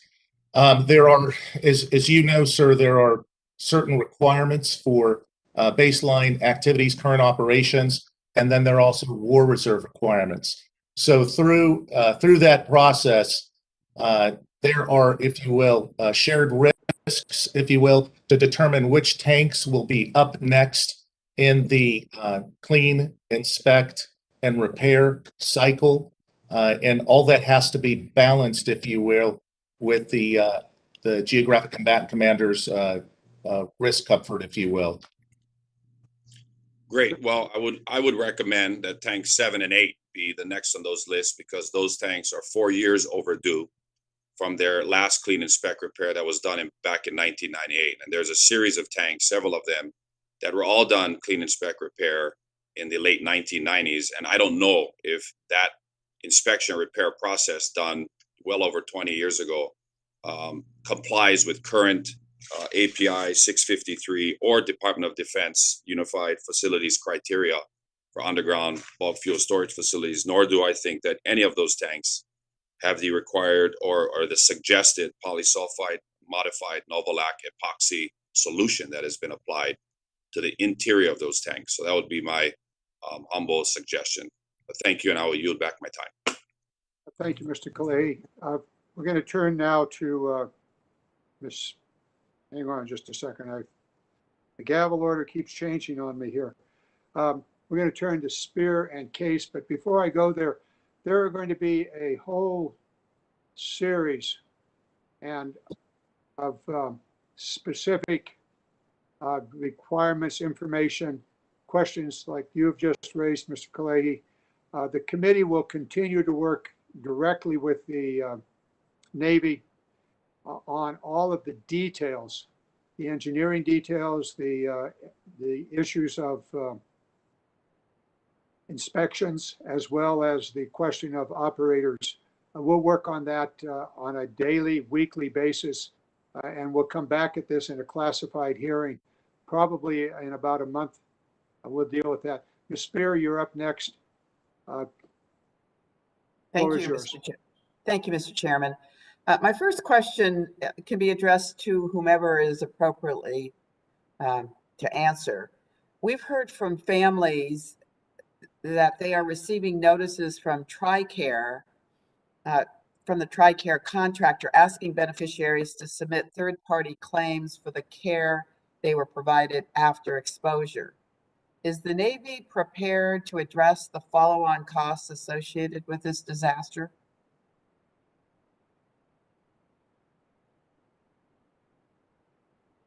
So I'll take that. So in terms of have we budgeted for the cost of this event? Clearly, we have not. What is going to be the impact of any third-party claims? I don't have that information, but I'd be happy to take that for the record and get back to you on the details of both what we expect or estimate to be the cost, how we're adjudicating them, and how we're going to pay for them. I don't have that information passed to you right now. All right. If you would do that and provide it to the committee, but I'm also want clarification that all the follow-on care will be paid for by the Navy for any exposure that people sustained.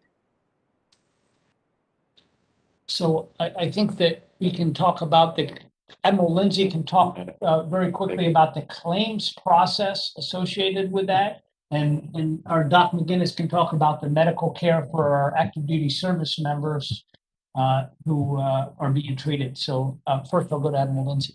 Well, actually, I don't necessarily want to hear that. I just want confirmation that any aftercare third-party claims will be paid for by the federal government, specifically the Navy. Yes. Yes. Yes, ma'am. The claims are open. People can come and file claims, and they will be paid for by the U.S. Navy. And how are you communicating with the families that this claims process is available? Through our website, through town halls, through social media, and also for those in housing, directly through the management companies that talk to them on a regular basis. I'm sure my good colleague, Mr. Cahaley, is also putting it on his website because that's a good way to make sure they're aware of it. My next questions are to Admiral Stamatopoulos. In regard to the Red Hill fuel operation, were there any formal complaints preceding the leaks filed between May 2021 and November 2021 warning about the safety or any other pre-existing hazardous conditions? Ma'am, I'm aware that there is an ongoing investigation, which I am not privy to. This is separate and apart from the commander of the Pacific Fleet's investigation, which addresses, I think, the topic that you are raising. So the answer to you is yes.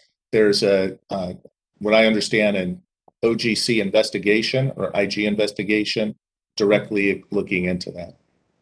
So the committee now is aware that there were complaints and warnings filed before the leak was finally addressed. Is that correct? I don't know ma'am, I don't know the specifics of what the claims were. Again, I'm not privy to that. All I know is that there is a investigation and legal matter, which is outside my field of view, that involves employees of the Red Hill complex. All right. Maybe, Mr. Chairman, there might be a way for us to have some kind of briefing from the IG. My next question, have you reviewed the command climate surveys for Red Hill? No, ma'am, I have not seen the most recent command climate survey. I'd have to go back and look and see. I do get briefings when the change of commands occur, and they go through surveys, but I have not. I'm not familiar with the most recent one. I'll have to go back and look and refresh my memory. Thank you. I would ask that you review the command climate surveys and report back to the committee on what you found. Do you have any awareness of a toxic work environment at Red Hill, including harassment, discrimination, or any other behavior in which employees reported were unable to carry out their daily operations of Red Hill safely and per the procedures? Again, ma'am, what I know I have just shared with you in the committee. That's under investigation and is outside my immediate field of view, as I may be called in to be a disposition authority there. So I just do not have that detailed information that you're seeking at this point. All right. I think we all appreciate your follow through with those questions and respond to the committee. Thank you. My time's expired and I yield back.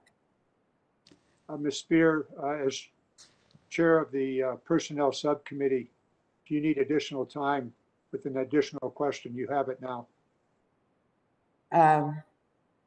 I guess my follow-up question then, Mr. Chairman, would be, what are the qualifications for the roles of senior Navy officer leadership at the facility?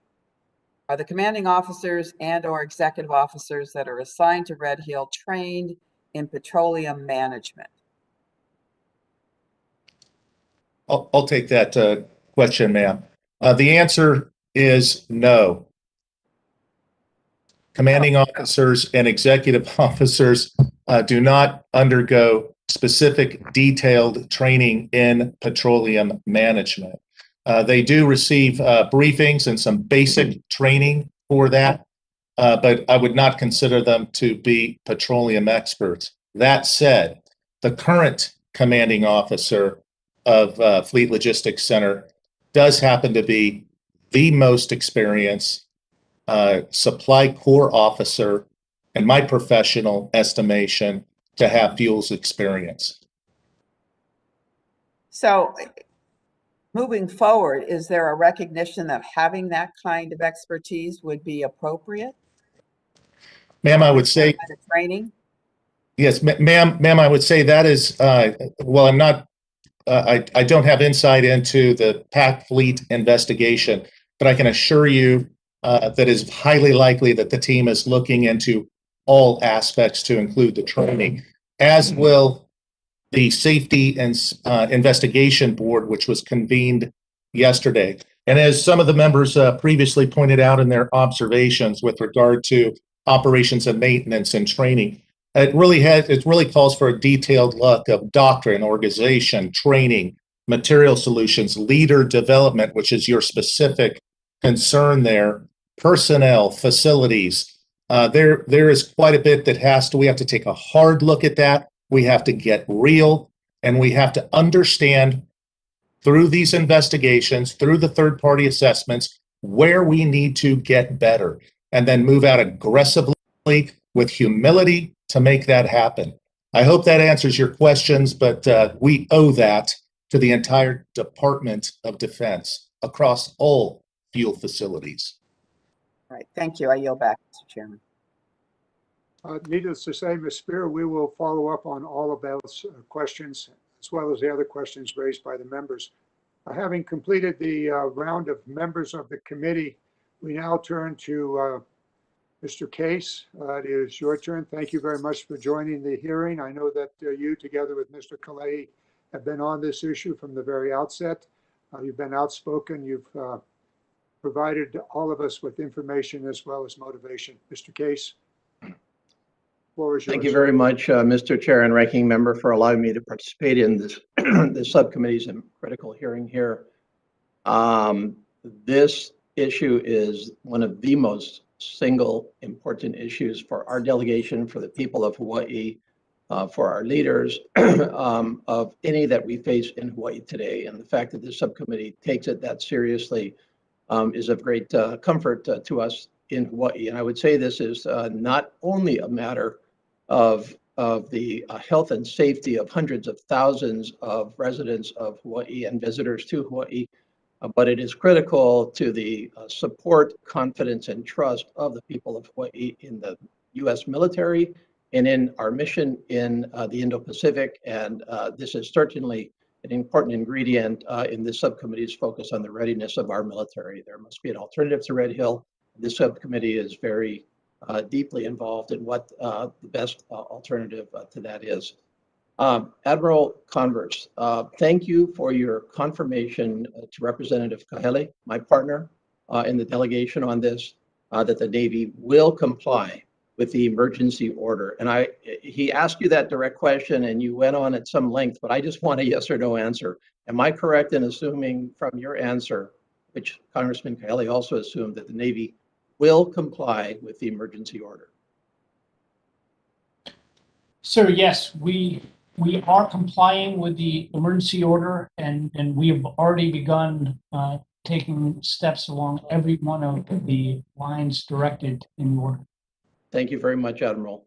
Does the Navy acknowledge, agree and agree that the state of Hawaii has the legal authority to regulate Red Hill under both federal and state law? So I am not, I don't think I'm in a position to make a decision on whether who has the authority between the federal and state regulators. What I can tell you is that we recognize that the Department of Health emergency order directing specific elements associated with the Red Hill is a legal order, and we are complying. Admiral, I know that you perhaps are not in a position to answer the question fully, but certainly this hearing is being closely monitored by the Department of Defense's personnel as well as lawyers. And I would ask for a specific confirmation from them that the state of Hawaii has the legal authority to implement and enforce its emergency order. And I think that's important for this reason, Admiral. I appreciate and commend the Navy on agreeing to comply with the emergency order, but this is coming off as a voluntary compliance, and a voluntary compliance can at some point in the future be reversed, and that is the fear of the state of Hawaii.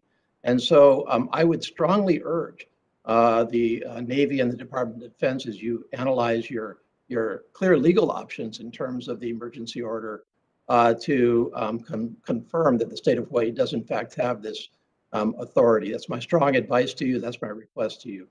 Let me move on to the actual implementation of the emergency order.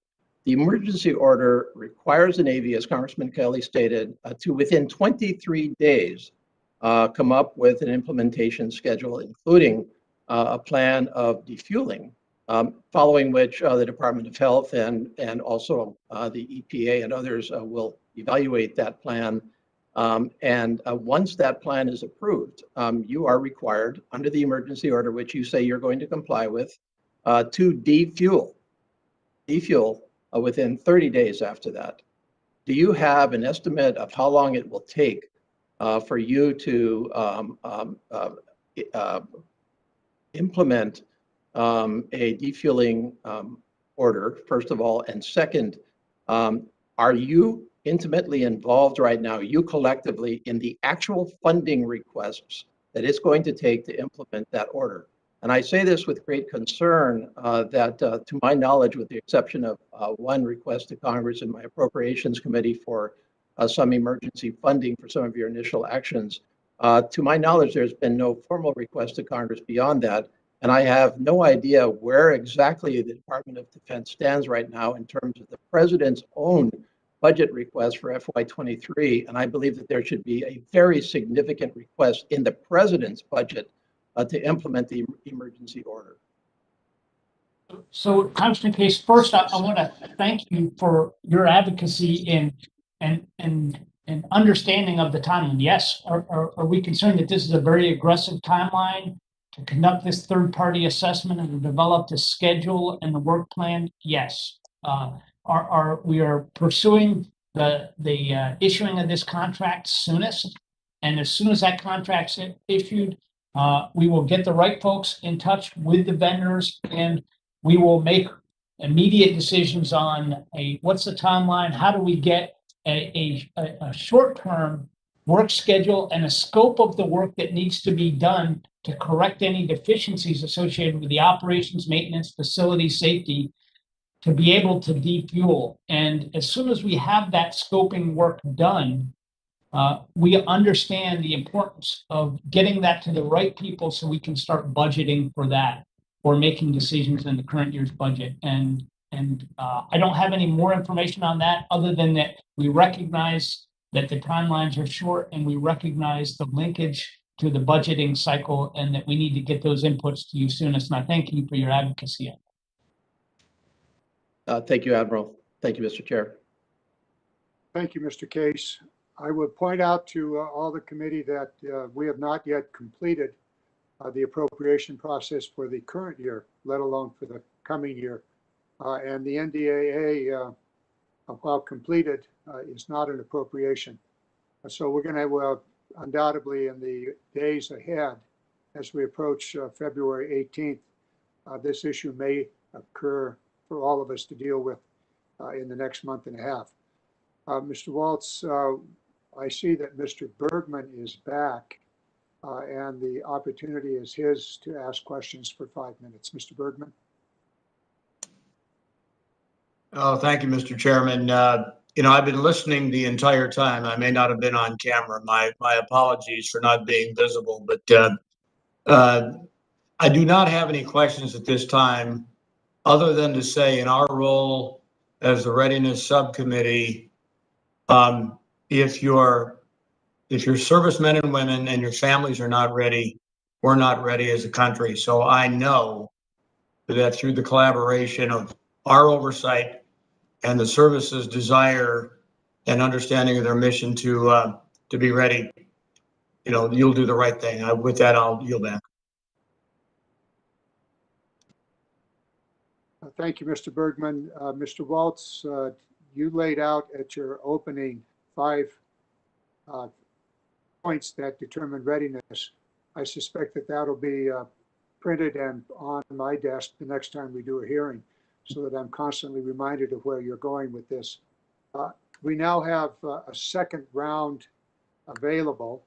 That would start with me. I'm not going to ask another question. I want to compliment the members of the committee and Mr. Case for the questions that you've put forth.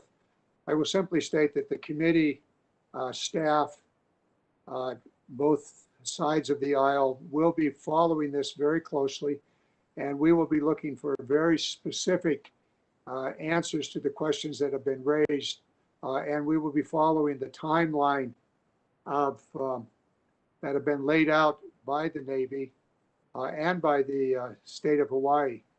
There is a question of legal responsibility here that will become part of the future hearings and part of the work of this committee. Since there are the issue of a state authority versus federal authority and the military itself, this will be a fundamental question, the resolution of which will be unknown. But it is of intense interest by all of the states and territories, as well as to the Department of Defense. Also, I want to put on the record that the classified hearing will be taking place as soon as we get some clarity from the Navy and from the Department of Defense, all of the services, as to how to deal with logistics associated with Red Hill. I would expect that hearing to take place within the next month to month and a half. The second, that'll be classified. The second point is that the past NDAAs lay out clarity in what was known as the Oath Act, that exposure to toxic will be part of the military record for all the military personnel. It does not include families, although there are issues before this committee as well as Ms. Spears' committee having to do with families that have been exposed to toxics in the past. I would alert the members of the committee that those issues are alive. They will be part of the next NDAA, and we will be debating that going forward. There are several facilities that have a history of exposure to families, and that will be taken up going forward. With that, I now turn to Mr. Waltz. You have a second round of questions.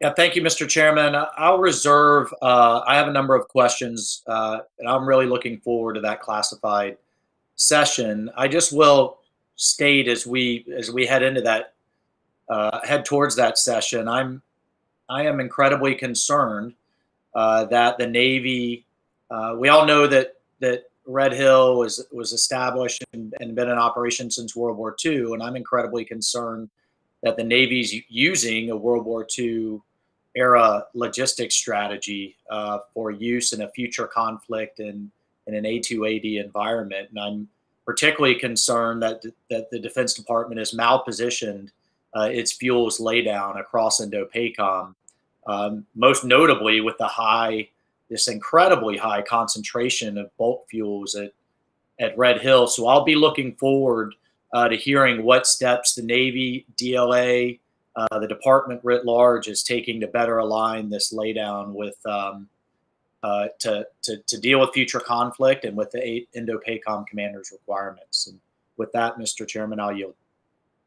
Mr. Waltz, welcome to the committee. We've been spending a great deal of time of the committee and staff looking at those questions as we pivot to the Pacific.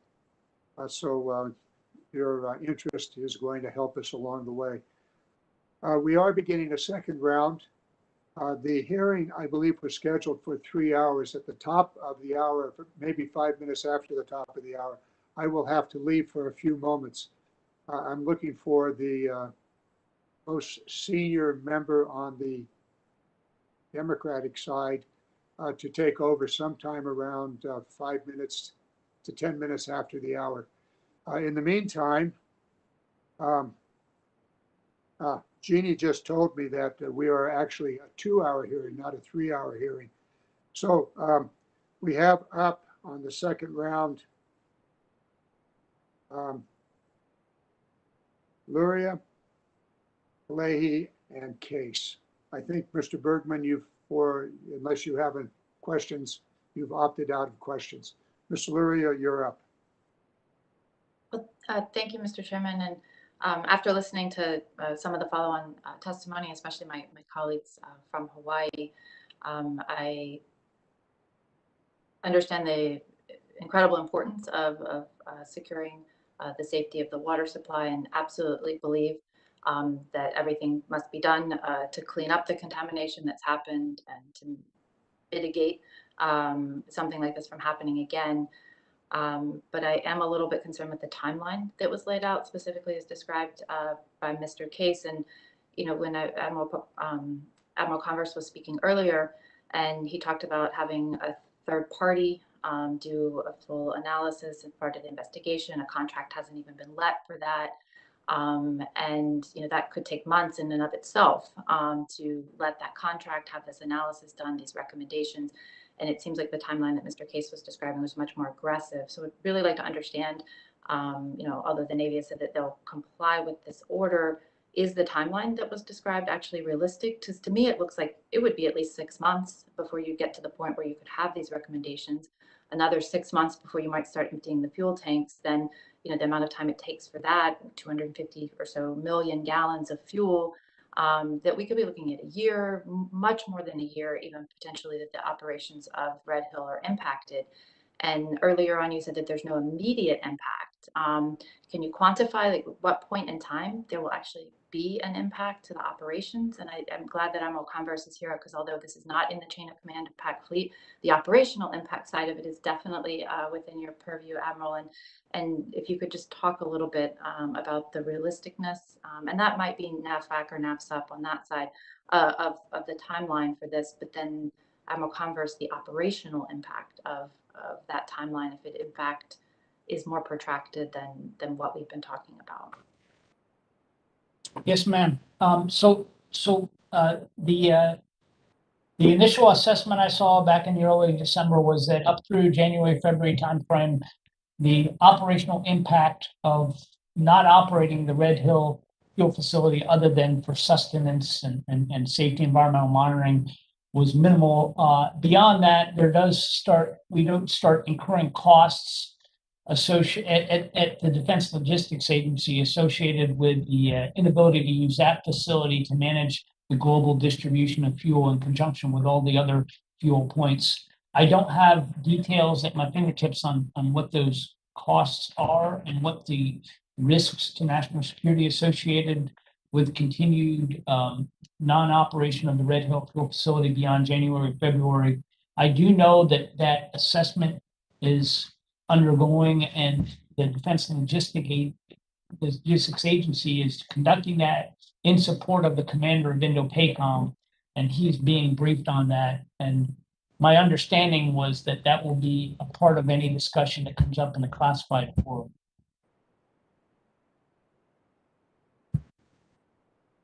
Thank you. And I'm still unclear on this particular aspect of it because we've repeatedly said through the hearing that the recent spill contamination and then the one that happened earlier were due to operator error. So I'm not quite understanding the necessity to empty the tanks in order to have the corrective actions necessary to, ensure safe operation for use of the tanks for operational needs of the Navy. They don't seem to go together. And can you explain why there is a necessity to empty the tanks in order to have sufficient corrective actions to minimize operational impact? I can't speculate on the Department of Health's determination as to the necessity to empty the tanks by secure operations. But I suspect it was just due to a general concern that, hey, there's fuel over the aquifer. But I'd be speculating on the Department of Health's determination that drove development of the emergency order. And I don't have that insight. What I do know is that in compliance with that emergency order, the timeline is very aggressive to conduct this work plan and schedule. Our goal is to get the vendor together, consult with the Department of Health, understand the detail that they need within 30 days, vice the long-term assessment that this third-party activity will do.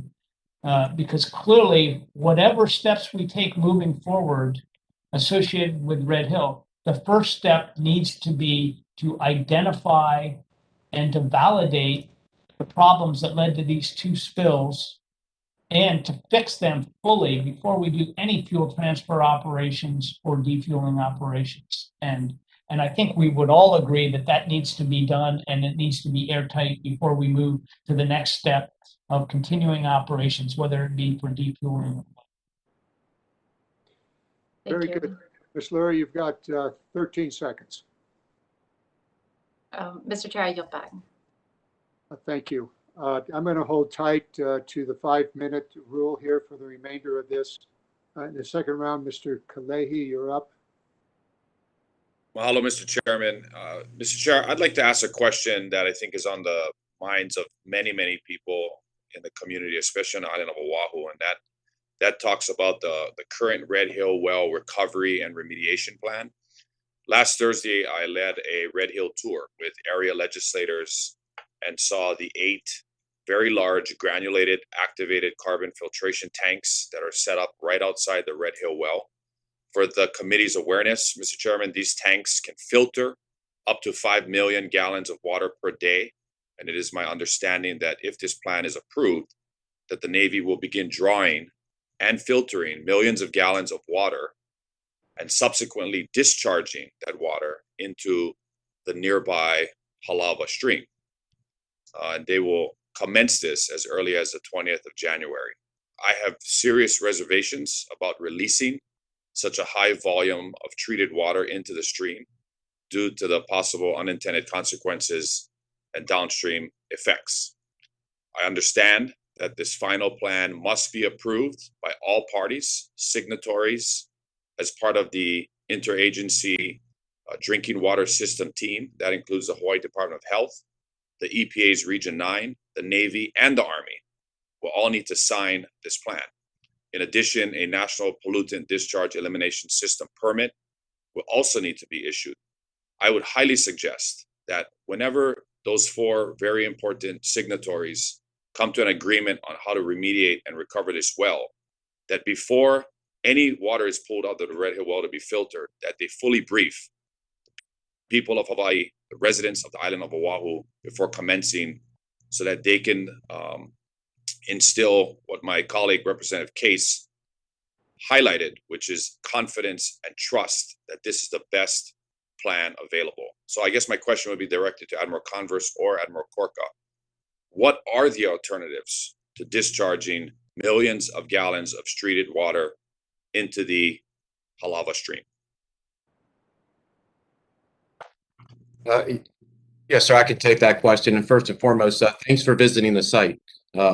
It went a very long way, and hopefully you had a good appreciation that we are working this together. And hopefully the feedback that you got is that we're not doing this alone. And as you mentioned, before we execute anything, we want to make sure that everyone is aware and supportive of our way ahead. And our remediation efforts right now is the immediate solution. The immediate solution. So we actually are taking the trade-offs of risk very seriously. Controlling the plume or discharging the water in the Halava stream. And so that's why we've been in such close coordination with all the agencies you mentioned, as well as the University of Hawaii, because we're actually contracting with them to study the ecology on the aquatic life of the stream before, during, and after, so we can make sure we're very mindful of that. And presently, at this time, we're actually in the process of awarding a contract to a local firm here to get an appreciation on what can we do, what are the options available for that water. Because as you highlighted, water is a commodity, is something very precious, and we don't want to waste that discharge. And so today I don't have the best answer for you, sir, but I will tell you that we will brief you as you requested on our plan, and we hope to have some other options available. Well, thank you for that answer. I will also add that the Halava stream discharges near Hotel Pier into Pearl Harbor, and between where the Navy proposes to discharge that water into the stream and where it actually flows into Pearl Harbor, there are people that fish in that stream. There are people that crab in that stream, and that is why I think the Navy should make sure the public is well aware before that discharge commences. And I'll just take the last 30 seconds, Mr. Chairman, to thank all the witnesses for being here today. I want to impress on you, like we have been doing for the last 2 months as a united delegation, that we are at an inflection point for the Hawaii's and the state of Hawaii's public trust and relationship with the United States military moving forward. And up until now, that credibility and trust has been put to the test. And so I really appreciate your attendance today, and thank you for answering our questions. I look forward to working with you and the Department of Defense in the future. Mahalo, and I'll yield back. Mr. Kalei, thank you for your leadership, your intense interest in this, and your determination to protect your citizens and all in Hawaii. We now turn to Mr. Case for the final 5 minutes, then the meeting will adjourn. Thank you, Mr. Chair. First of all, I could not have said it better what Congressman Kahele said in the last 30 seconds. I completely endorse what he said. I also thank you again for allowing me to participate and for your interest in this issue. There's a little confusion, I think, based on the discussion in the hearing as to what the emergency order requires and does not require. And I want to take the time to make sure everybody's on the same page on that. And I'm just reading from the emergency order here.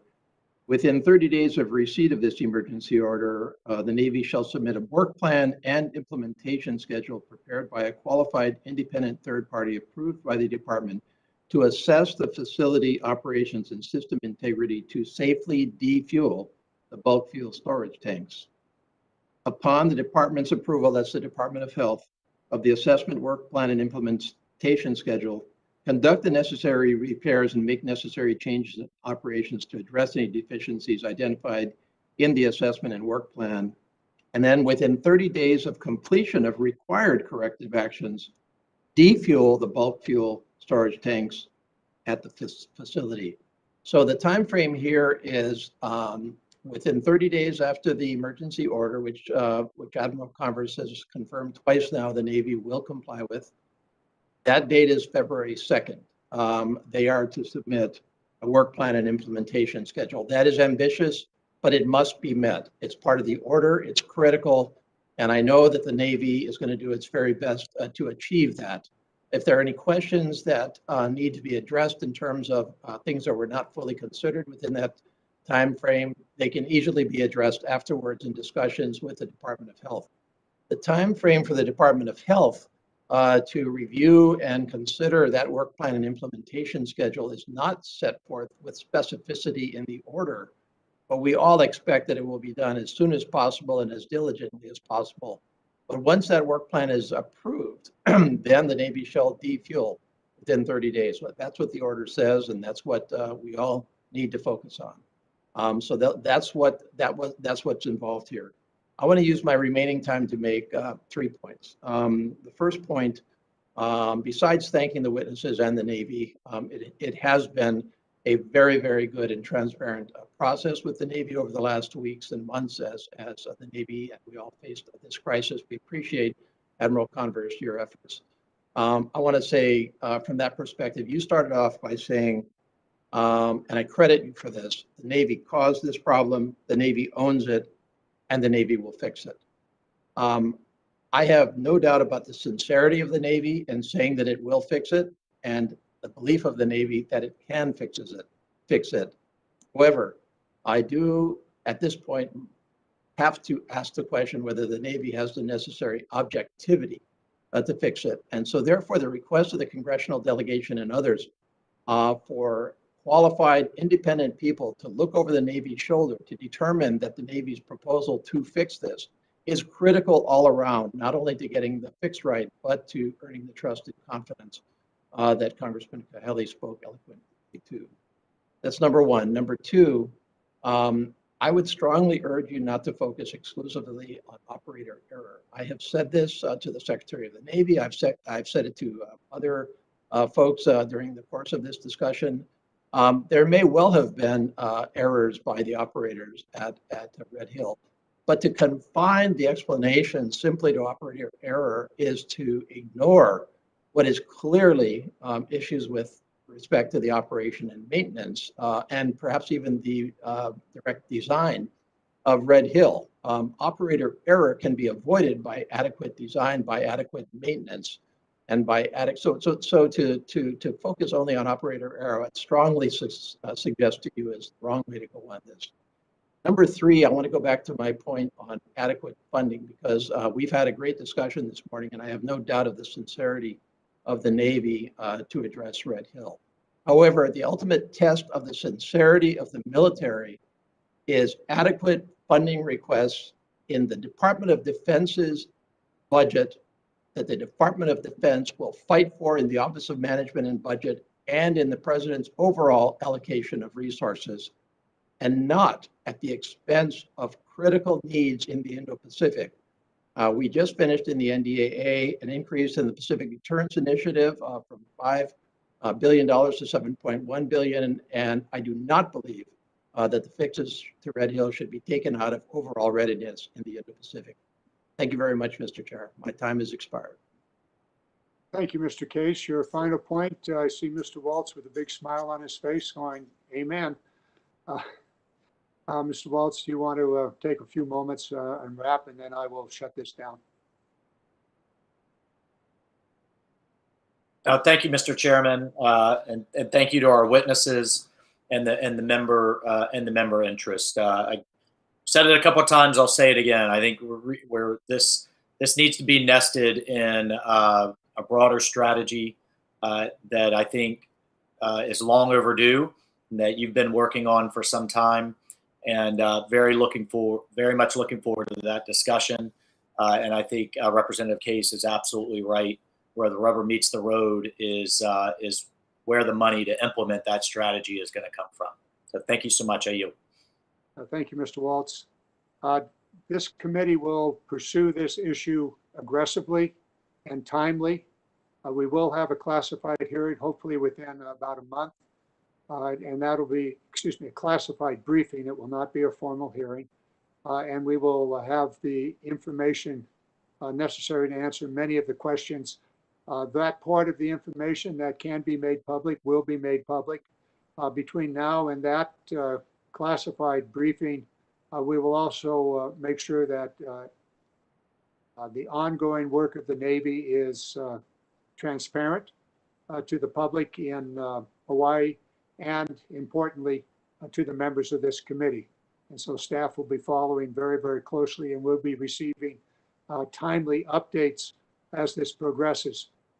I consider this to be a major problem for all the reasons stated by the members, and we will pursue it vigorously through all of the various questions and concerns that have been raised. I do want to thank the witnesses.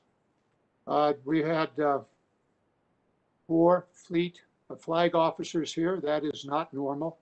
So we know that the Navy is serious about it. So for Admiral Converse, Lindsay, Gorka, and Stampopoulos, excuse me, mispronounced that again, and for Captain McGinnis, thank you so very much for participating and for getting up at a very early hour. I didn't see too many coffee cups on the table as you were testifying. Perhaps you did that off camera. In any case, thank you so very much. With that, this hearing is adjourned. Thank you.